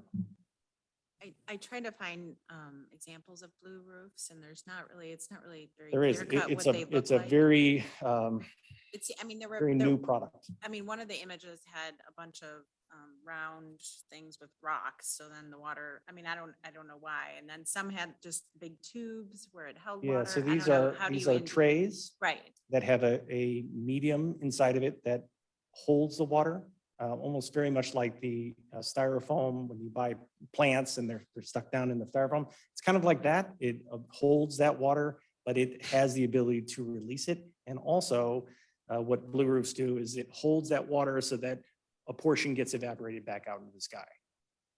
And just because I know that this came up with one of the residents, I think Mr. Seidel had asked me at one of our coffees, you know, when you're holding that water, is Right. there any concern about, you know, mosquitoes or, you know, Yes, that- understanding how fast it's That evaporating? that or going- medium is Yeah. treated to prevent mosquito larvae. Bugs and mosquitoes? Yeah. Okay. So that's not an issue. Shouldn't be. Steve, on that same point, I realize it's unreliable to Google things and rely on those as sources, but I did see some of the discussion about some of these innovations, this issue about mosquito control, and that there was a whole section about how you really have to deal with that. So, Right. so again, I guess to Alderwoman McAndrew's point, you know, since there is concern about the people behind your future project about mosquitoes, how can we make people comfortable that will be dealt with? Yeah, our intention is not, so there certainly are varying degrees of blue roof systems that hold varying degrees of water. And in some projects, we're looking at holding kind of upwards of 4 or 5 inches of water because the MSD infrastructure is not capable of handling the storm surge. So in this particular case, we don't have a stormwater problem. You know, if you look at the a study that was done on this project, it was determined that no additional retention was necessary on this project. So this is an additional feature that would hold an additional 1 inch of water in these trays. And that would be an amount that, you know, would not be held there for an extensive period of time. So that again, would not give the ability for, you know, mosquito to lay eggs and larvae, et cetera, before it slowly releases into the system. It's related to my question too, looking at the blue roofs, which I appreciate the opportunity to research it. And then when you're putting the HVAC systems on the roof, and if you're doing an inch holding, is there any way to measure this stormwater or the delay that it causes if you're doing, depending on the size of the system and whether you double membrane or whatever they talk about Right. on these sites? What impact do you expect this to actually have? Every amount of water that you prevent from surging into the system is a benefit.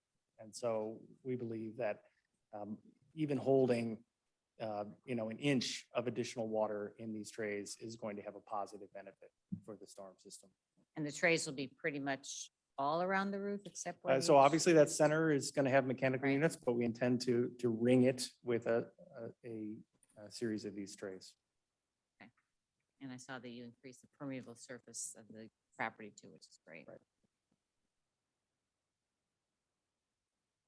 Good, Thank thank you. So, any further questions about number 2 here? And if anybody? Yeah, I'm not sure I understood, because I'm looking at the diagram and I don't know if you had a different diagram up during the gentleman's comments, but I'm not really seeing where there's a space for a rain garden on the southeast side. So I'm just trying to understand like where that is proposed, in fact, like, and is it actually of any size to be significant?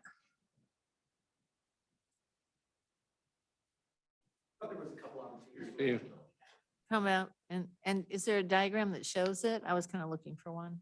No, it was one of these items that came up while we were going through the process of identifying our points that we proposed, you know, coming up with the rain garden issues. It didn't get updated into the latest landscape plan, but will get added. So what's the approximate size of it, I guess, in answer to So- Becky's question? Go back to.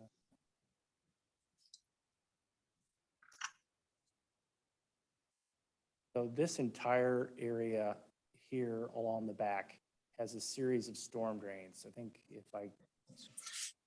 Yeah, just if I could, for a point of clarification, that's the bioswale, which we'll talk about in item 4, right?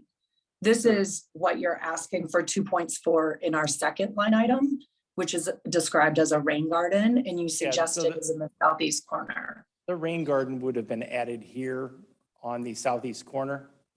Oh, didn't mean to go backwards.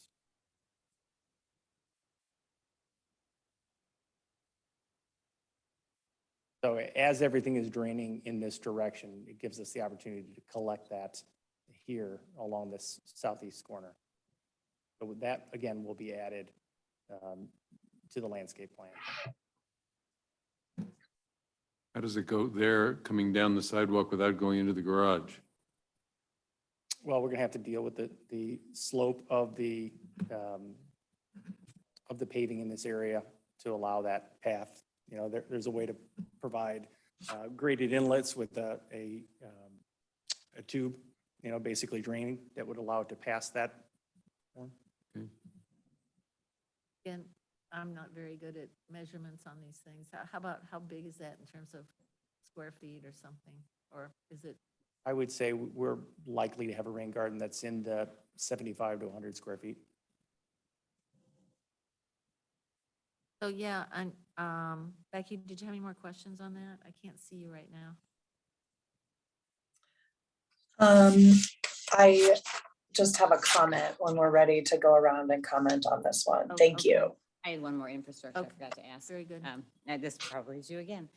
If this is looking for public benefit with infrastructure, if you're putting all the electrical vehicle charging stations inside the garage and you're contemplating street parking as well, would you consider putting something accessible outside of the gated garage as well?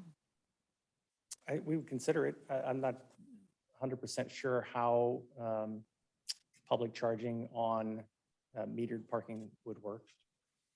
But we would definitely consider it. Really depends if Dave gives us that parking strip up there. So then, yeah, we put some. I was just asking a question.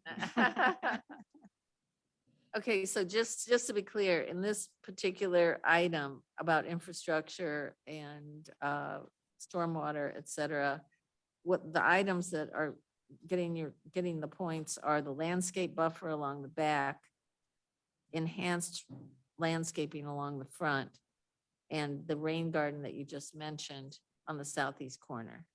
So the blue roof and all that other stuff is yet to come, guys, in terms of points. All right, so ARB awarded 4.42 points, or yeah, staff recommended 5. I know we have some folks that have, I know Becky, you have a comment, but I'm gonna go with the Ward 3 Alderman first. What are you happy with this point level of the Plan Commission? Want to change it at all?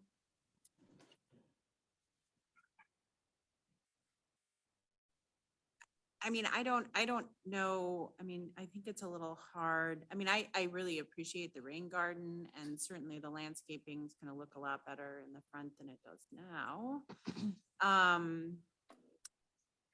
You know, I would have guessed that staff looked at this, you know, more in depth in terms of really kind of comparing, you know, what's appropriate. So I mean, I'm certain, I mean, I guess I would be okay with the 4 to 5 range. You know, if people feel strongly about going a little bit lower, that would be fine. I do appreciate the rain garden, especially since the street slopes down. You know, there's not a ton of space in the front of the building, you know, so I don't know how much enhanced front yard landscaping can happen. So that's, I guess, what I would be a little bit concerned about, that we're providing points for an area that's not really very big. Any comments, Gary, on the, yep. Well, to me, to some extent, the jury's still out on the question of buffering. You know, I still think the challenge for all of us, including certainly Midas, is to satisfy this dilemma that we now have in terms of the potential loss of the trees in the back and how the buffering can be further enhanced to sort of potentially make up. And I understand there's the age issue of the trees, but that being said, I think there still is a way to improve the buffering and really make it outstanding and perhaps deal with the possible loss of some or all of the trees in the easement area. So you know, I would be willing to give it a 5 with an asterisk, which is that I'd still like to see what the final buffering in the back looks like. And it looks like that's still to be determined.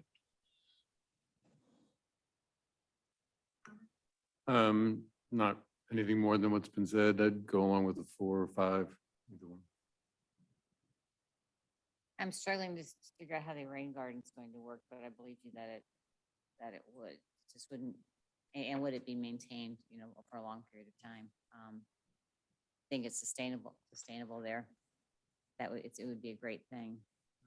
I also wonder too, with the buffering, with the bioswale and all, if we're talking about trees or something with more height, how that fits in with the buffering. I may be confused on that. But maybe before. I just thought of one question.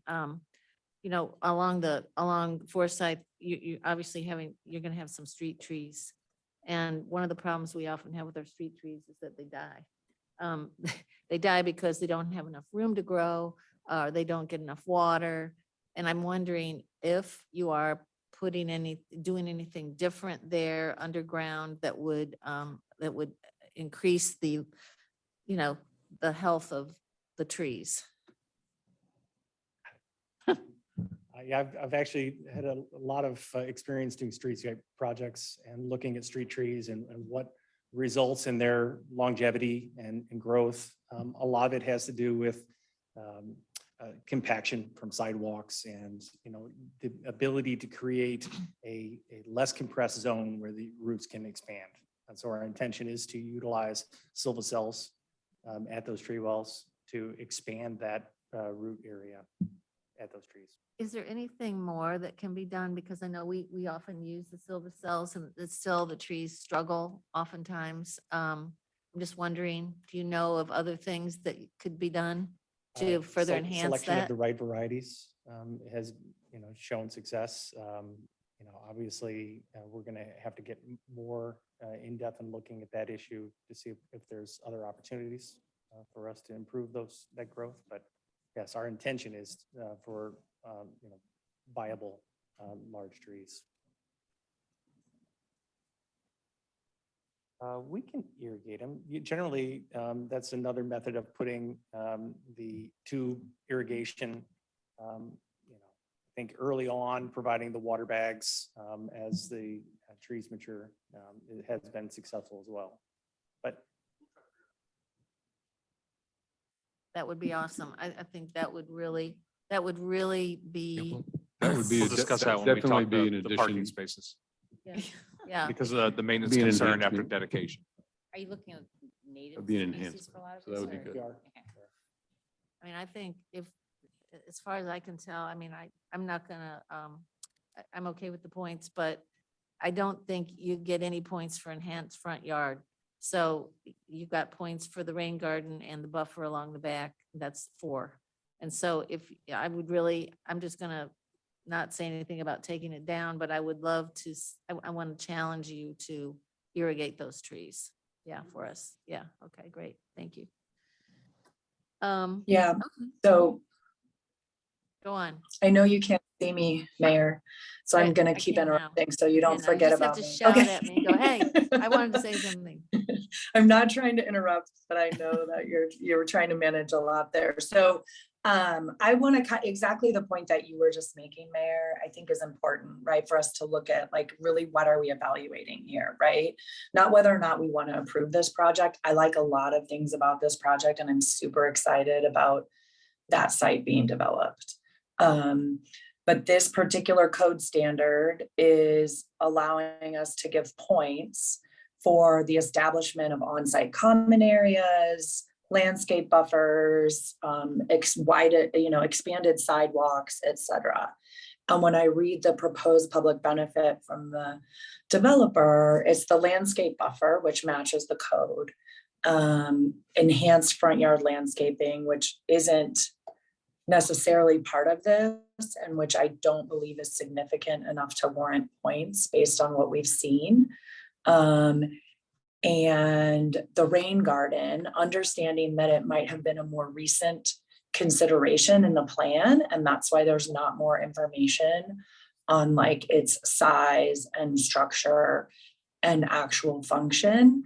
I would prefer not to award points for it until we have that information, right? So give the developer the opportunity to say, okay, if we really wanted to put a rain garden here, knowing the slope, knowing how much space we have to work with in our current site plan, like what can we actually do? and present that to us so that we can determine whether it warrants an additional 2 points. And until then, my suggestion would be that we award 2 points for the landscape buffer. Question. Sorry, if the concern was expressed about the street crossings and everything else, and under this particular section as well, it talks about curbs, streets, sidewalks. Are there any thoughts on how to make that corner safer for the crossing? Would that be something that would fall under this, or? You know, people, I know it's not what people like to do, but people need to cross at the intersection crosswalks. That's the safe place to cross. Anytime you have, even if we installed a crosswalk, because we've gone through this many, many times on many, many projects, and even in our neighborhoods, if we install a crosswalk where it's not expected, it's a dangerous thing to do. And so I've had enough discussions with Chief and Matt, our Public Works Director, to really get this down. Yeah, so I think that's the answer to that. I don't think we would want to put in a crosswalk in the middle of that curve. They need to go to the crosswalk, the corner.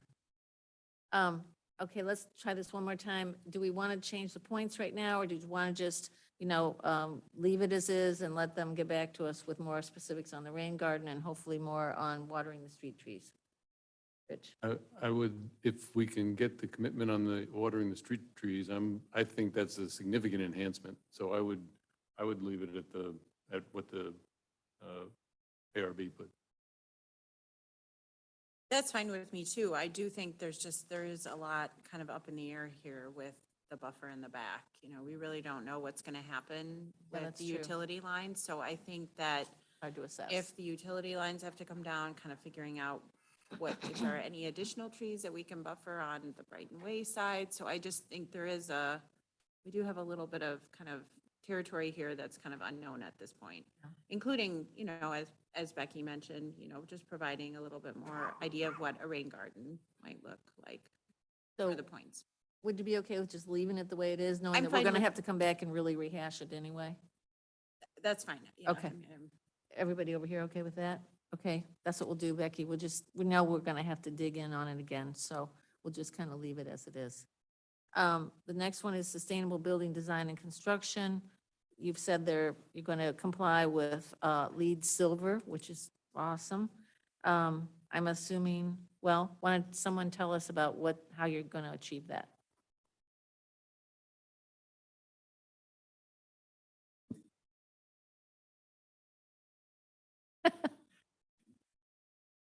This is on the building itself, correct? Exactly. Okay. So David, at one of the last, for another project, you brought up that you thought that this in particular meant that there should be a point awarded for each sustainable feature of the building, correct? Correct. The ordinance, you can see it on the table there, it's B5A through H under that particular section.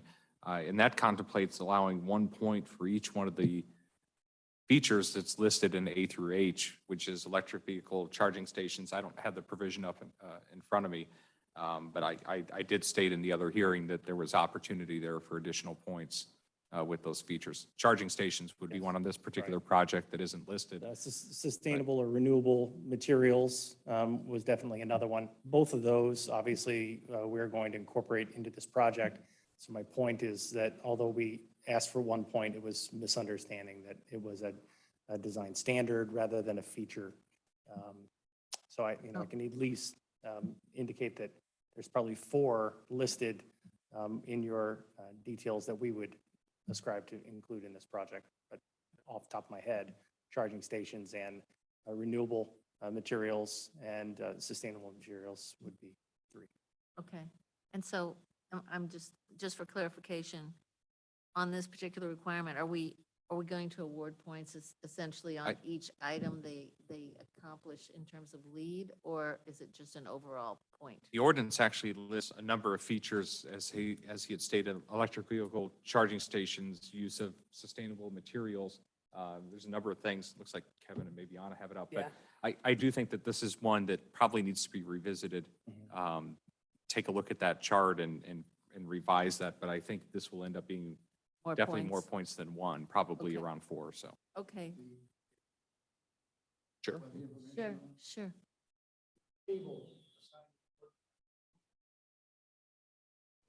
Kevin can't be heard if he's speaking. I'm sorry, my microphone was off, excuse me. The table that allocates points allows point allocation. Provides 0 to 1 point per design standard. And as Oh, David that's what it says mentioned, the design standard under section B5 identifies the following features. Statement, sustainable building design and construction above the minimum required to apply for PUD rezoning, including but not limited to A, efficient heating and cooling systems, B, alternative energy sources such as solar, C, appropriate building siting, D, reused or recycled building materials, E, on-site power generation, solar, ground source, heat pumps, wind power, F, on-site waste management such as green roofs that filter and control stormwater runoff, G, use of renewable sources for construction materials, and H, inclusion of at least 3 publicly available vehicle charging stations, each one of which under the table could achieve 1 point. Thank you.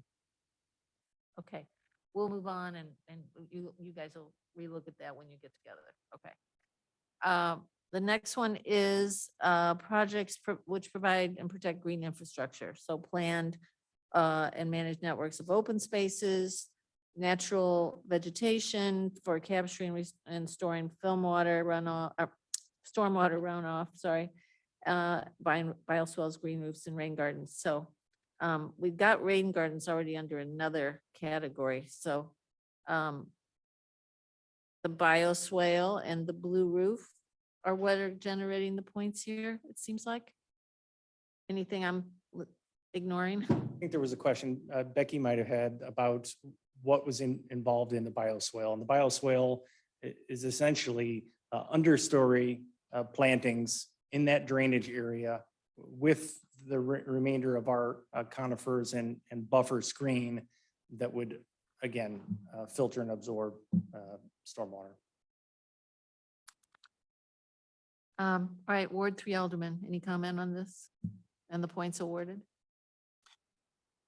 No, we talked about, I'm just wondering from a process perspective though, like if we're giving, I mean, can you get double points? Because if we're giving points for lead related to the like blue roof, do you also get points here? I'm just trying to understand from a. No, I don't think you can double dip.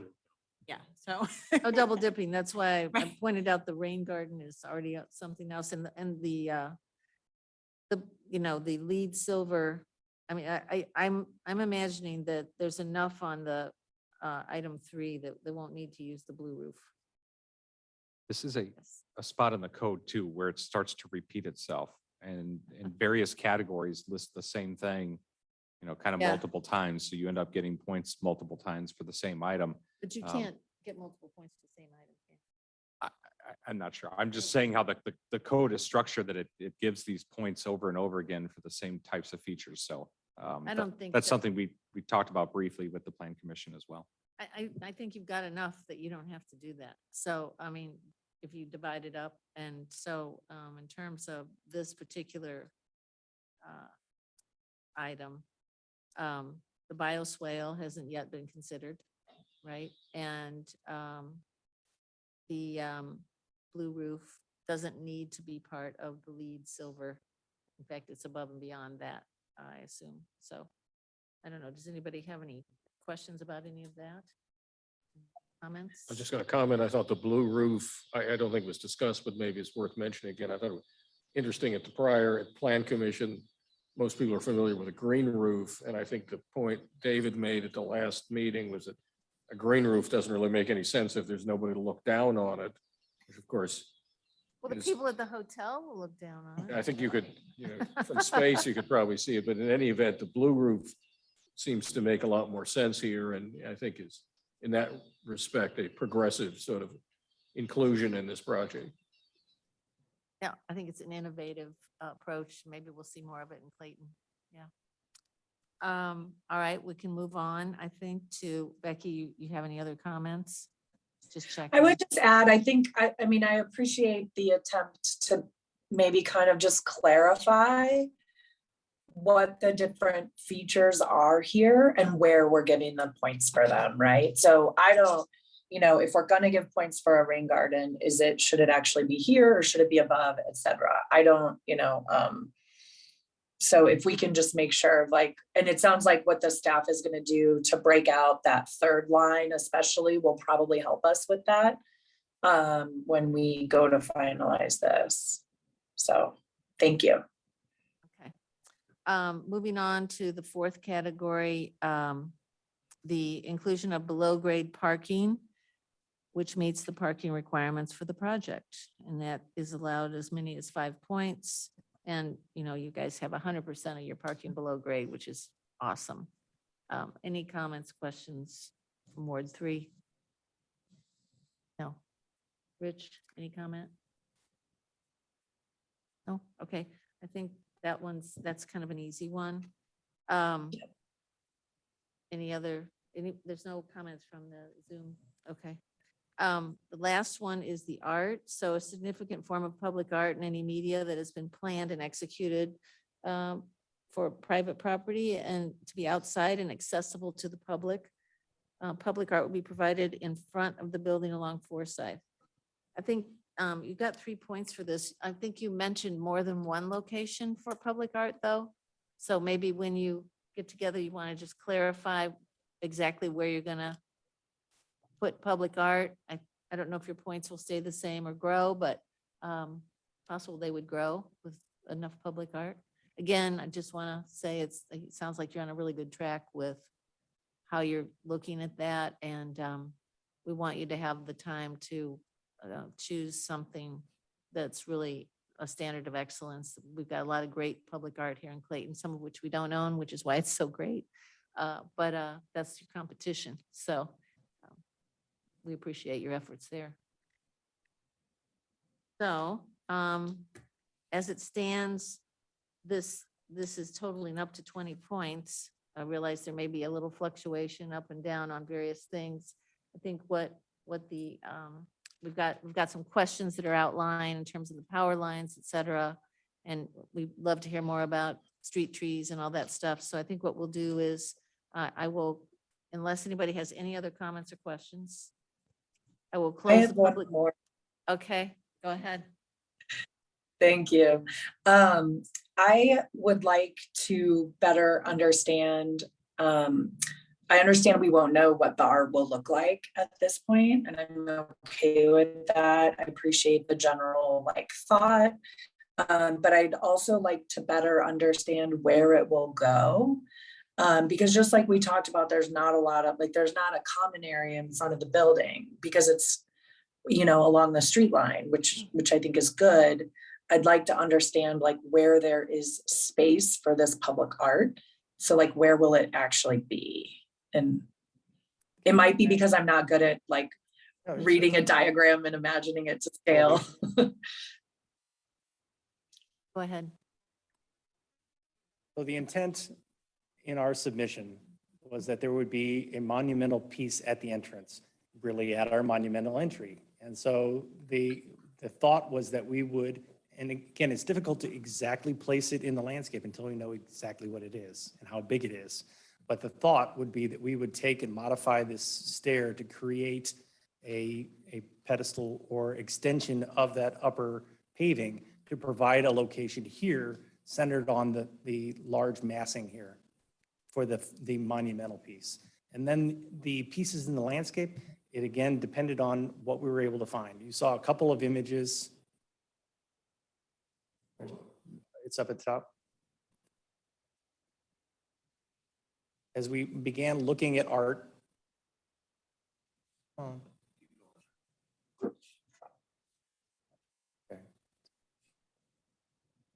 there were some that just naturally wanted to be collections of individual pieces along the walkway. So elements like this, we would, place these adjacent to the pedestrian pathway so that, and lighted appropriately so that it had an impact, both day and night, but also was within proximity of the public to be able to enjoy that.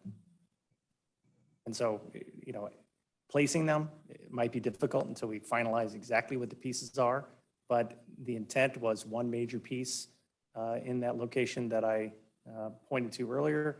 And then let me go back to our plan here.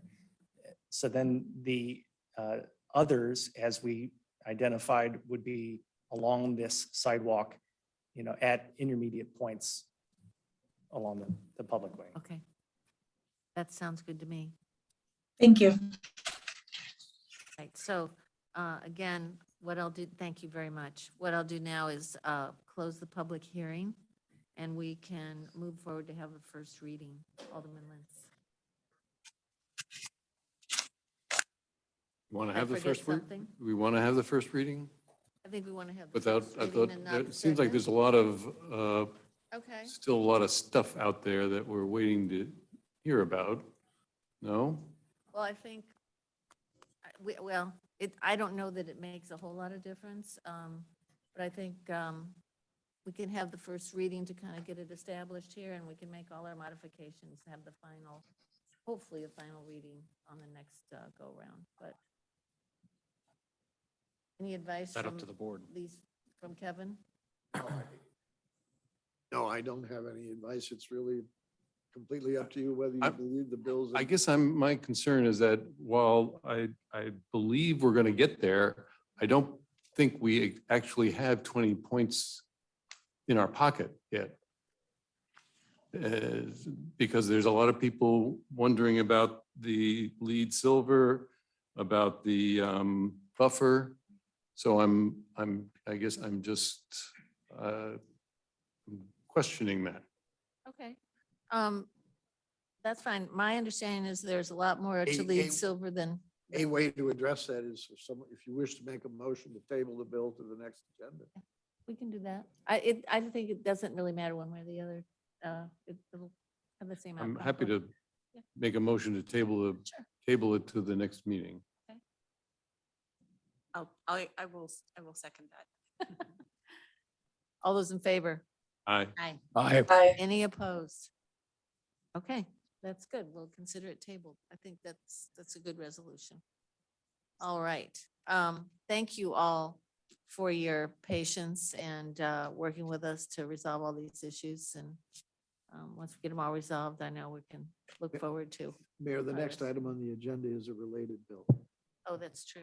So would we be needing to table it? It's up to you. It is ministerial.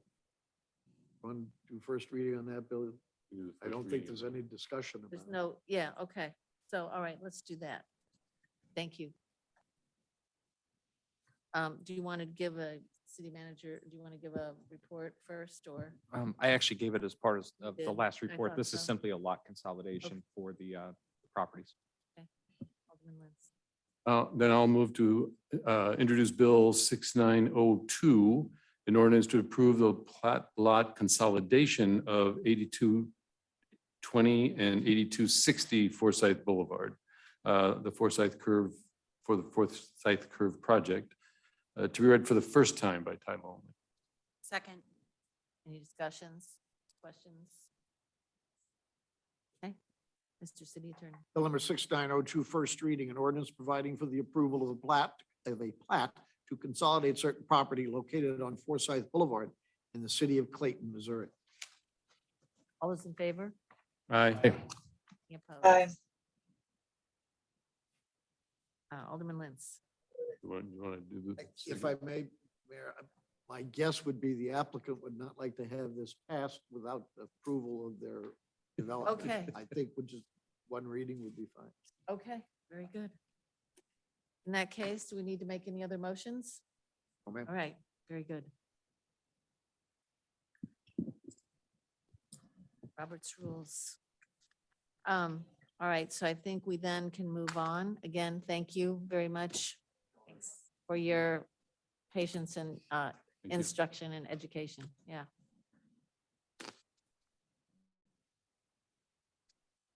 All right. I think we have more from the city manager. now. Yes, appointments to boards and commissions. So first, we'll go over the citizen appointments. First is the following individuals have expressed interest in being appointed to or continuing to serve as a member of the following boards or commissions of the city. Mayor Harris has reviewed and agrees with the recommendations for appointment or reappointment to the respective board or commission, and therefore submits the following nominations for the board's considerations. For the Board of Appeals, Helen DeFate of Ward 1. For the City Plan Commission /ARB, Bob Denlow of Ward 1 and Kami Waldman of Ward 3. To the Economic Development Advisory Committee, Anthony Kirk of Ward 1. Public Art Advisory Committee, Sally Pinkard, Ward 2. Redistricting Boundary Commission, Laura Horowitz, Ward 1, Lisa Humphreys, Ward 2, and Kathleen Gund of Ward 3.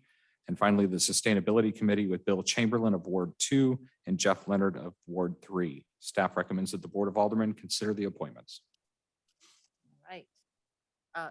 Any discussion, questions about any of this? Okay. Did you say a name for Ward 2 on redistricting? Yes, it's Lisa Humphreys. Lisa Humphreys, I believe the Okay, information thank was you. sent out through email yesterday. It came in as a late sign up. Yeah. That's great. I appreciate it.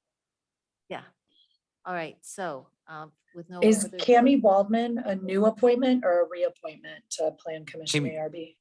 Kami Waldman is a reappointment. She was appointed to serve the unfinished term of George Heddick, and that Oh, was okay. just a couple And- of months ago. So this Okay, would be a that's why I was reappointment for confused. a full term. Okay. Thank you. Any other questions? Becky, any other questions? No, thank you. Okay. All right, then I'll move to approve the appointments to the boards and commissions. Second. any discussion? All those in favor? Aye. Aye. Any opposed? All right, those are appointed. Congratulations to all those folks. Aldermanic assignments, Mr. City Manager. Yeah, so I'm not going to go through these in detail. My understanding is that there are no changes and we just need a simple motion to approve. Any discussion? I'm sorry. I just knew Want to see if wasn't there anybody gonna who's be- going to object to their, I'll Okay. move to approve the aldermanic assignments to the boards and commissions. Second. Discussion. Okay, all those in favor? Aye. Opposed? All Aye. right. That is complete and our agenda is complete. We can go around and see if anybody has anything to share. Alderman Lentz. No. Okay. Alderman McAndrew.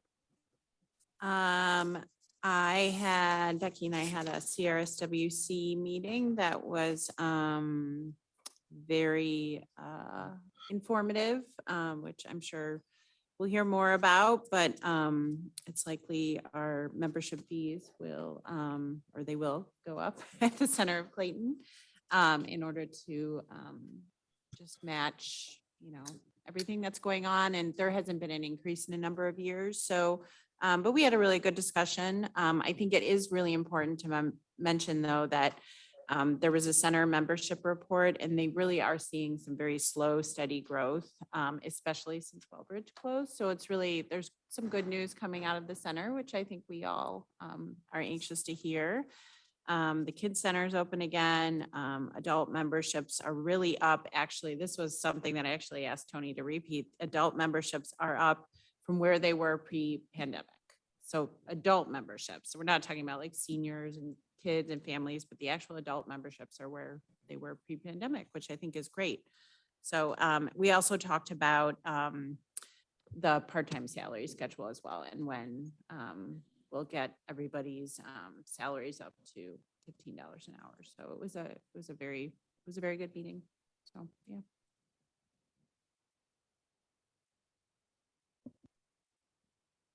Let's just do that.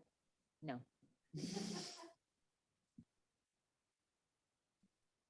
I worked on the Big B mural for Demond Park and it's all signed. Now, has to be some significant fundraising, but at least that was a big hurdle to get that thing. And I believe the work is going to start here in the next week or so, the prepping of the wall that's next to Demond Park. I think he's going to start on it essentially at the artist's, at the artist's risk, not CC, not the commission or the city. Obviously, the city's not involved. So anyway, that project, I think, is going forward, and hopefully it'll get done and be a nice addition to the park.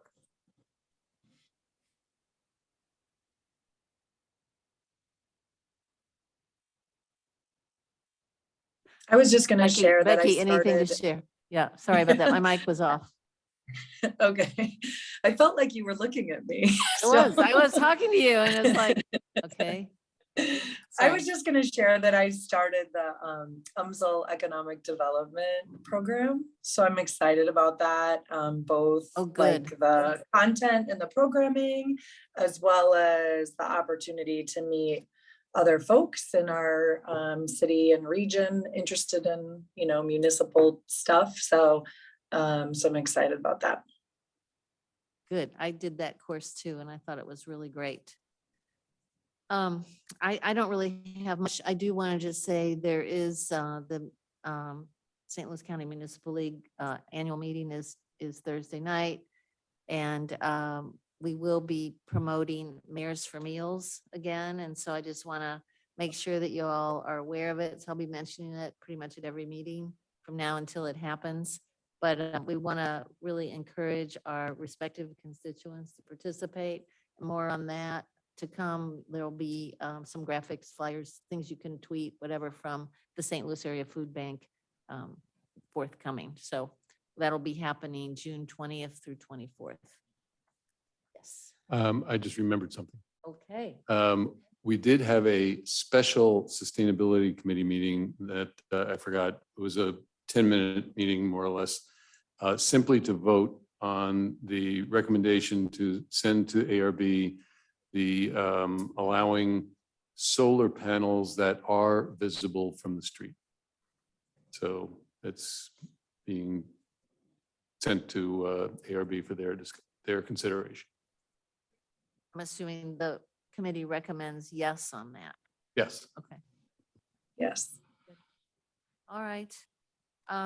Anything further, David, from? The only thing I would say is the CIP meeting that was scheduled for May the 20th and was canceled. We are looking at rescheduling that on Friday, June the 10th. So typically we have those Friday sessions on the third Friday. We're actually targeting the second Friday in June, which again is June 10th. So there'll be more to come on that. All right, that's all we have. I'll take a motion to adjourn. Move to adjourn. Second. All in favor? Aye. Aye. Okay. All right, we are done. Thanks, guys. Thanks, everyone. Hey, Becky. Thanks for hanging in there with us. Thank you. Bye.